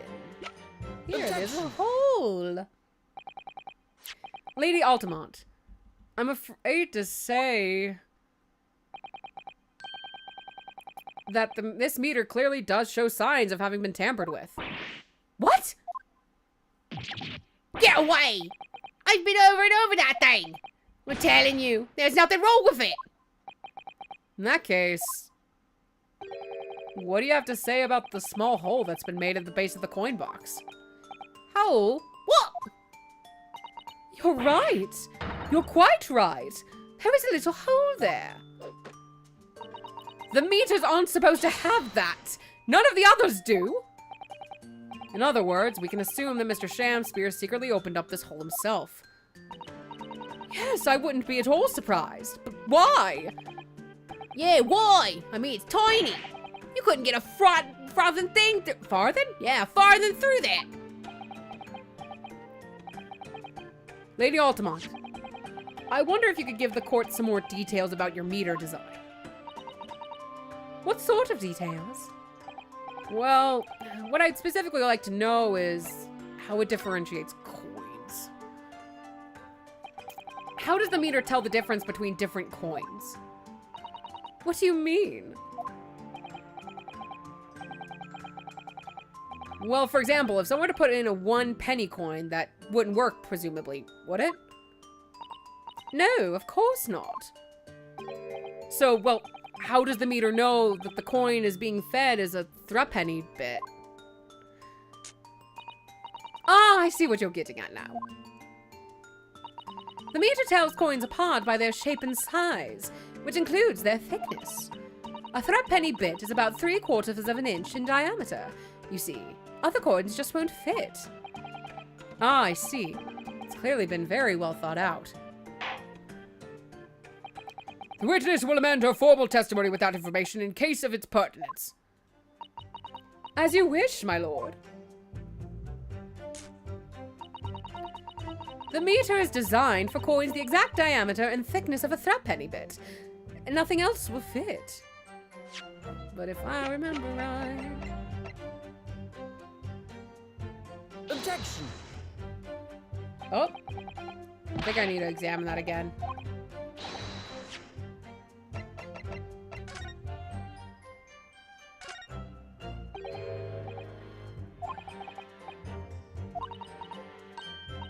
Ah, yeah, I had to examine it, my bad.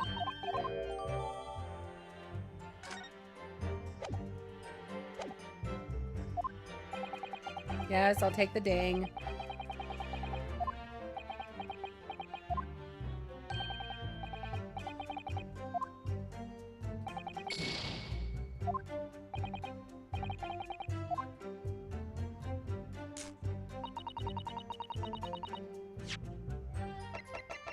Objection! Let me just confirm something here. If the diameter and thickness were to be correct, the meter would accept any object as if it were a threepenny bit. Is that correct? Yes, that is correct. Well, by something of a coincidence, while we were investigating in Mr. Shamspeare's room, we found a particular item that matches the dimensions perfectly. Something the same size as a threepenny bit. What was it? The item in question is this. What? Have you been inhaling gas? That's a bar of soap! It certainly looks nothing like a threepenny bit, I must say. It looks like I'm going to have to point out exactly what I mean here. What's so important about the soap is this part here. Got it! You have to turn over the soap to see what I mean. Ah! Are you referring to that round depression in the middle of the soap there? That's right. A depression that approximately is 3/4 of an inch in diameter. I can read and speak and bleh. Or in other words, almost exactly the same size as a threepenny bit. Get away! Does anyone here present have in their possession a threepenny bit? Quickly now, hand over your coins, ladies and gentlemen. Sounds rather like a highway robbery, doesn't it?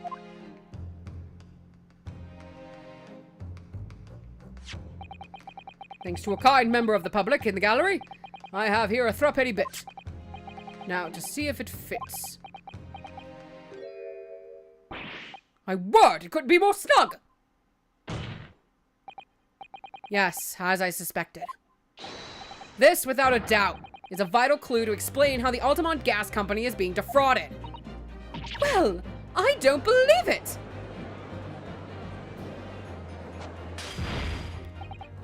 So, your assertion amounts to what? Some inferior bar of soap has a tentative connection to the theft of gas. Yes. The depression in the soap was clearly made by a threepenny bit. I must concur, at least, that pushing a coin with some force into a poor quality bar of soap such as this is a remarkably simple way of replicating the coin's shape. And then you could use, well, some melted wax or something to pour into the mold. You could make fake coins in no time.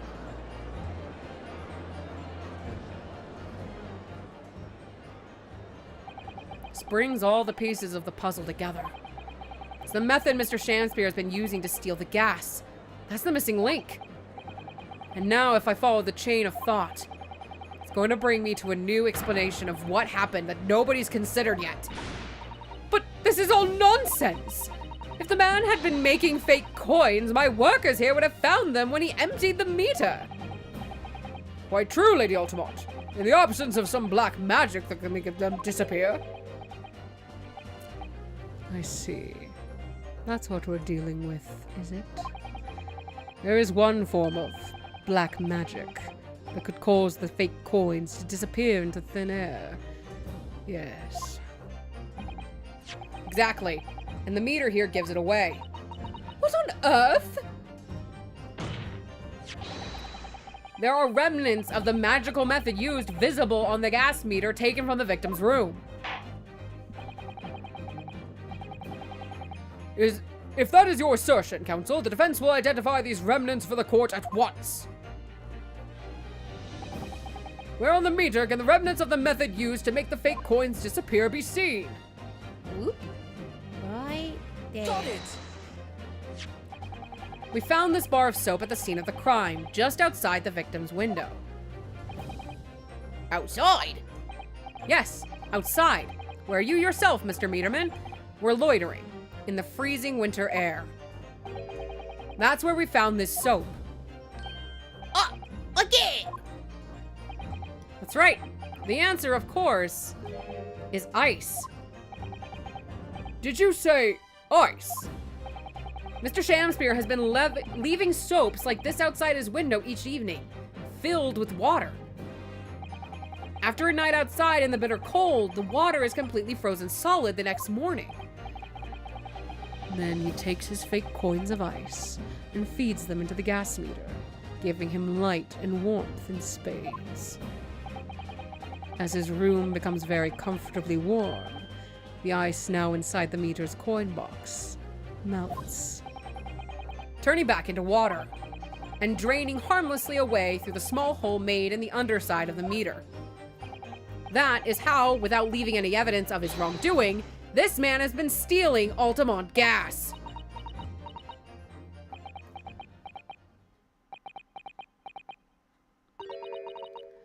Just like that. So simply. Is he trying to make us look like idiots? He's been fooling us all with some bars of soap and some water? That's right, madam. I don't believe it. It can't be true. Do you have any idea how much money we spent to develop that new meter? And now you have the audacity to suggest that a bit of soap and some water can render it totally useless? I'm fairly sure I didn't design it. Evidence! Sorry? I want evidence. If you're going to stand there and tell me our meters are rubbish, I want to see proof. She's very good at enforcing accountability, isn't she?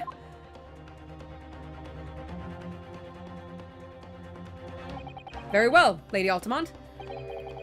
If you'd like evidence, I'll provide it. What? Mr. Naruhodo, are you saying you do actually have evidence to support this theory? I did notice a trace of something that bothered me a little at the time. And I have a feeling that this theory we've come up with now could explain it. A piece of evidence that substantiates the theory about how Mr. Shamspeare has been stealing gas is... Take that! This is a photograph of the scene at the point when the victim was discovered, taken by Inspector Gregson. And it clearly shows the remnants of the crime carried out by Mr. Shamspeare. What remnants?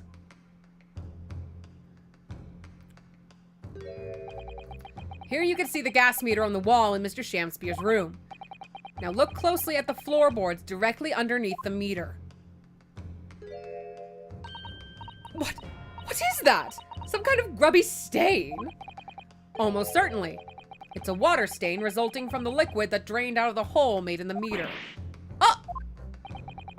If one coin gives around 2 hours of gas usage, and the occupant was heating his room in all his waking hours, we can imagine he would have used about 10 of his fake coins each day. The melting ice inside the meter's coin box would have been dripping out almost constantly, leaving a stain on the floor. This is awful. And there's further evidence, too. Mr. Shamspeare is slumped over his table, apparently having consumed strychnine. Strychnine? I don't know poisons. And right there next to him is a bar of soap, broken in half. You're right. It would appear to me, then, Counsel, that the man was eating the soap, was he? Pardon me for disagreeing with your lordship, but certainly not. He didn't beat around the bush there, did he? In truth, Mr. Shamspeare was found with a fork in his hand. A meal of soap is sounding increasingly likely. Do you mean to say he was using that fork to... Yeah. Yes, to extract a frozen coin from the bar of soap. Oh. But the bar broke in half. So perhaps it didn't go very well. Good gracious!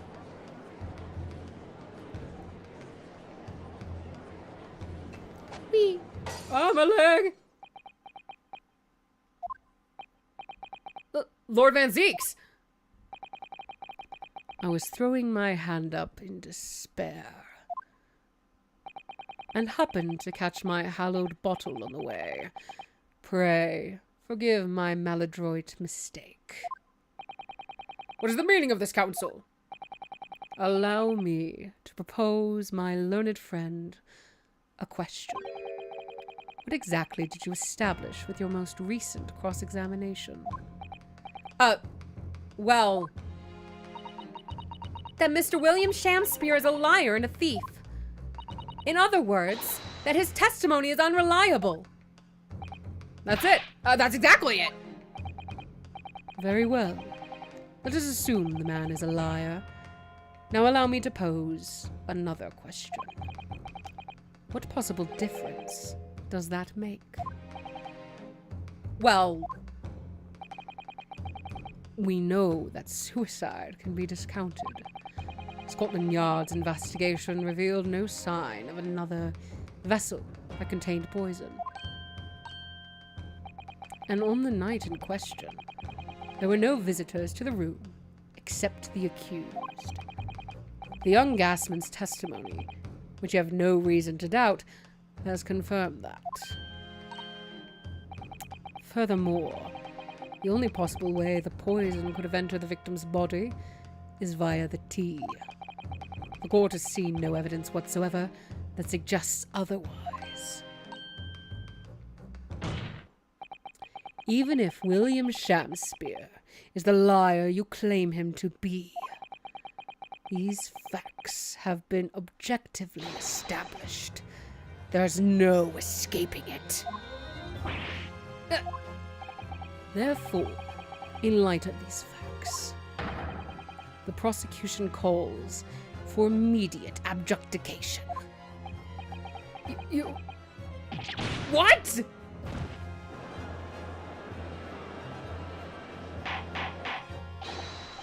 Order! Well, counsel, how did the defense respond? Mr. Naruhodo!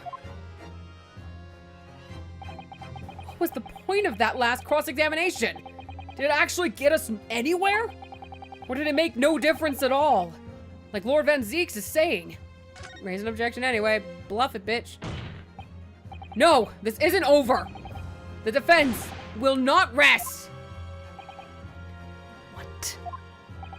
But counsel, you've successfully explained everything.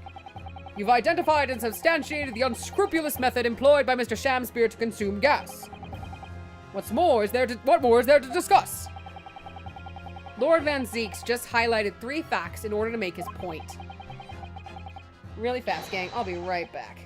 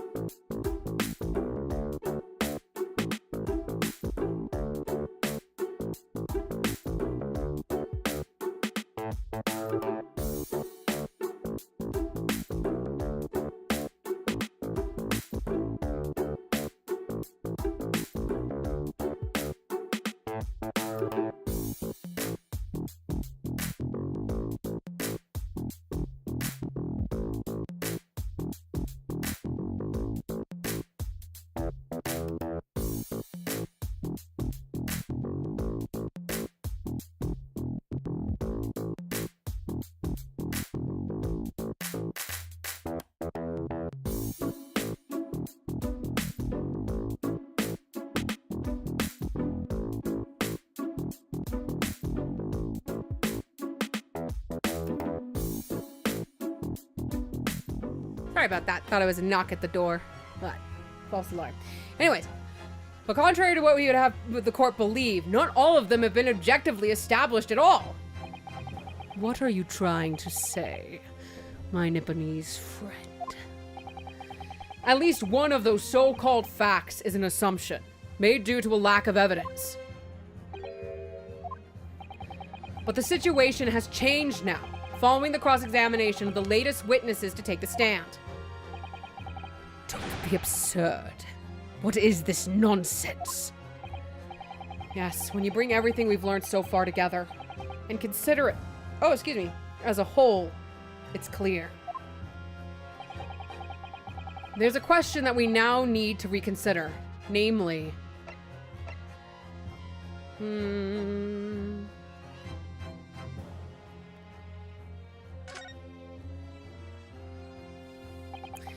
we've all been led to believe that the strychnine poison that afflicted Mr. Shamspear was in the tea brought to him by Mr. Natsume.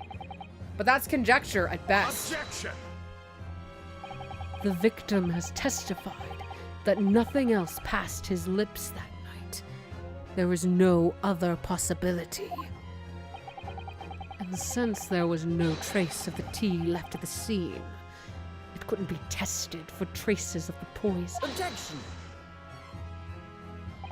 As I said, the situation has changed. Because in fact, some of Mr. Natsume's tea was left at the scene. And a particular piece of evidence proves it. Objection! A ludicrous claim. Scotland Yard detectives investigated the scene exhaustively. What evidence are you suggesting they missed? The defense has made a bold claim indeed. Very well, counsel. Present your proof. What evidence from the scene of the crime can tell us about the nature of the defendant's tea? Take that! Good gracious! The soap again? The same bar the victim used to fashion his coins of ice? Yes, that's right, my lord. It's just come back to me. Something about when we first found this bar of soap at the scene yesterday. This is the past I don't read.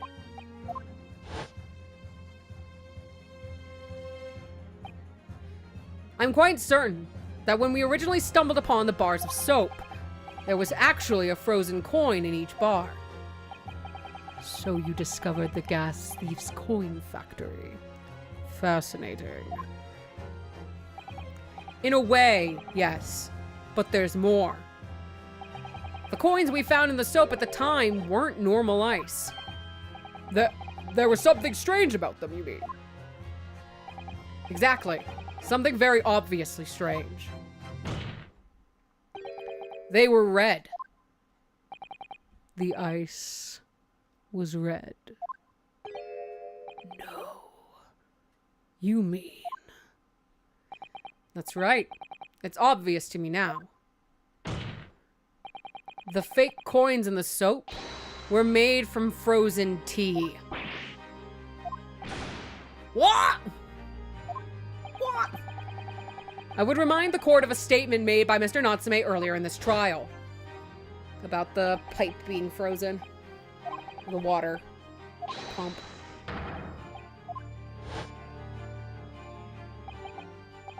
Yes, I believe there had been a snowfall that day. It was particularly cold. Sadly, on such occasions, the poorly constructed water mains in the East End are prone to freezing. So on the night in question, Mr. Shamspear, having no running water to use, was forced to use the tea brought by Mr. Natsume in order to make his fake coins. My word! There were 2 bars of soap on the window ledge when my judicial assistant and I investigated the scene. That's right, and we only borrowed one of them. Which means that even as we speak, some of the defendant's tea is still present at the scene of the crime, frozen solid in a bar of soap outside Mr. Shamspear's window. Extraordinary! Earlier today, Inspector Gregson informed the court that if even 1 drop of the tea remained, Scotland Yard would be able to analyze it for poison.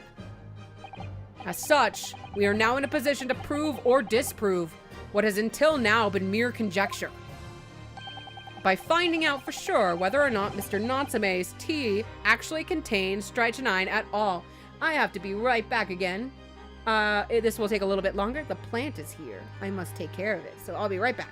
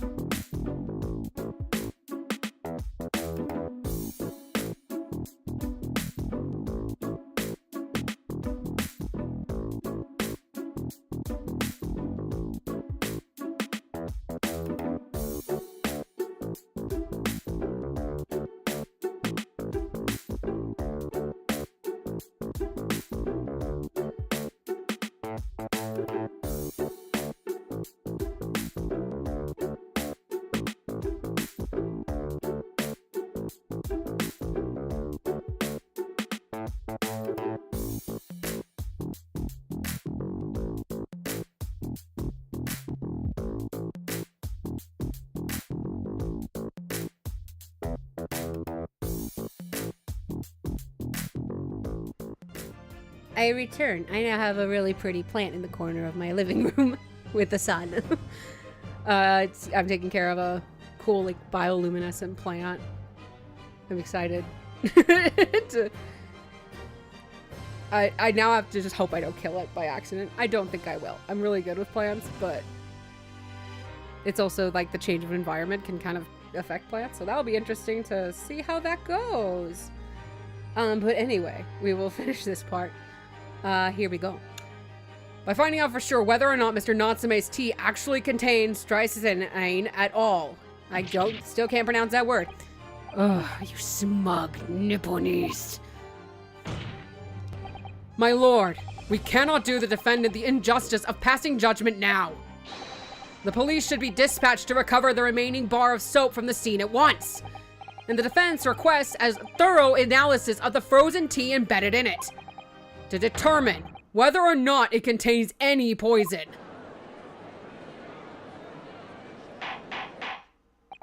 Bailiff! Bailiff! Instruct the police to attend the scene at once. Yes, my lord, understood.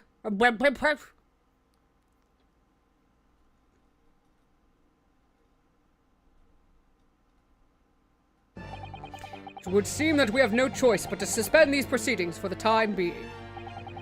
I trust you have no objections, Lord Van Zeeks. None, my lord. Scotland Yard will recover the tea from the scene and carry out the requisite tests immediately. The trial will resume at the same hour tomorrow.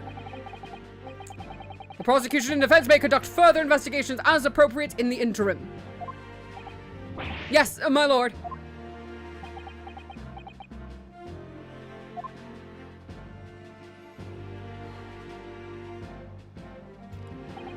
Well, we managed to scrape through there somehow. Thank you, counsels. Court is adjourned until tomorrow.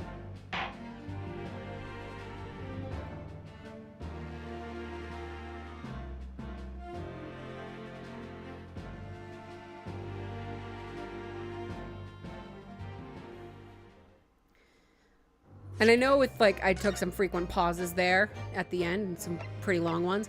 But just due to the fact I have to cook dinner here in another 45 minutes, and I know we're not going to get through the next investigation in that time, I am going to be calling it here.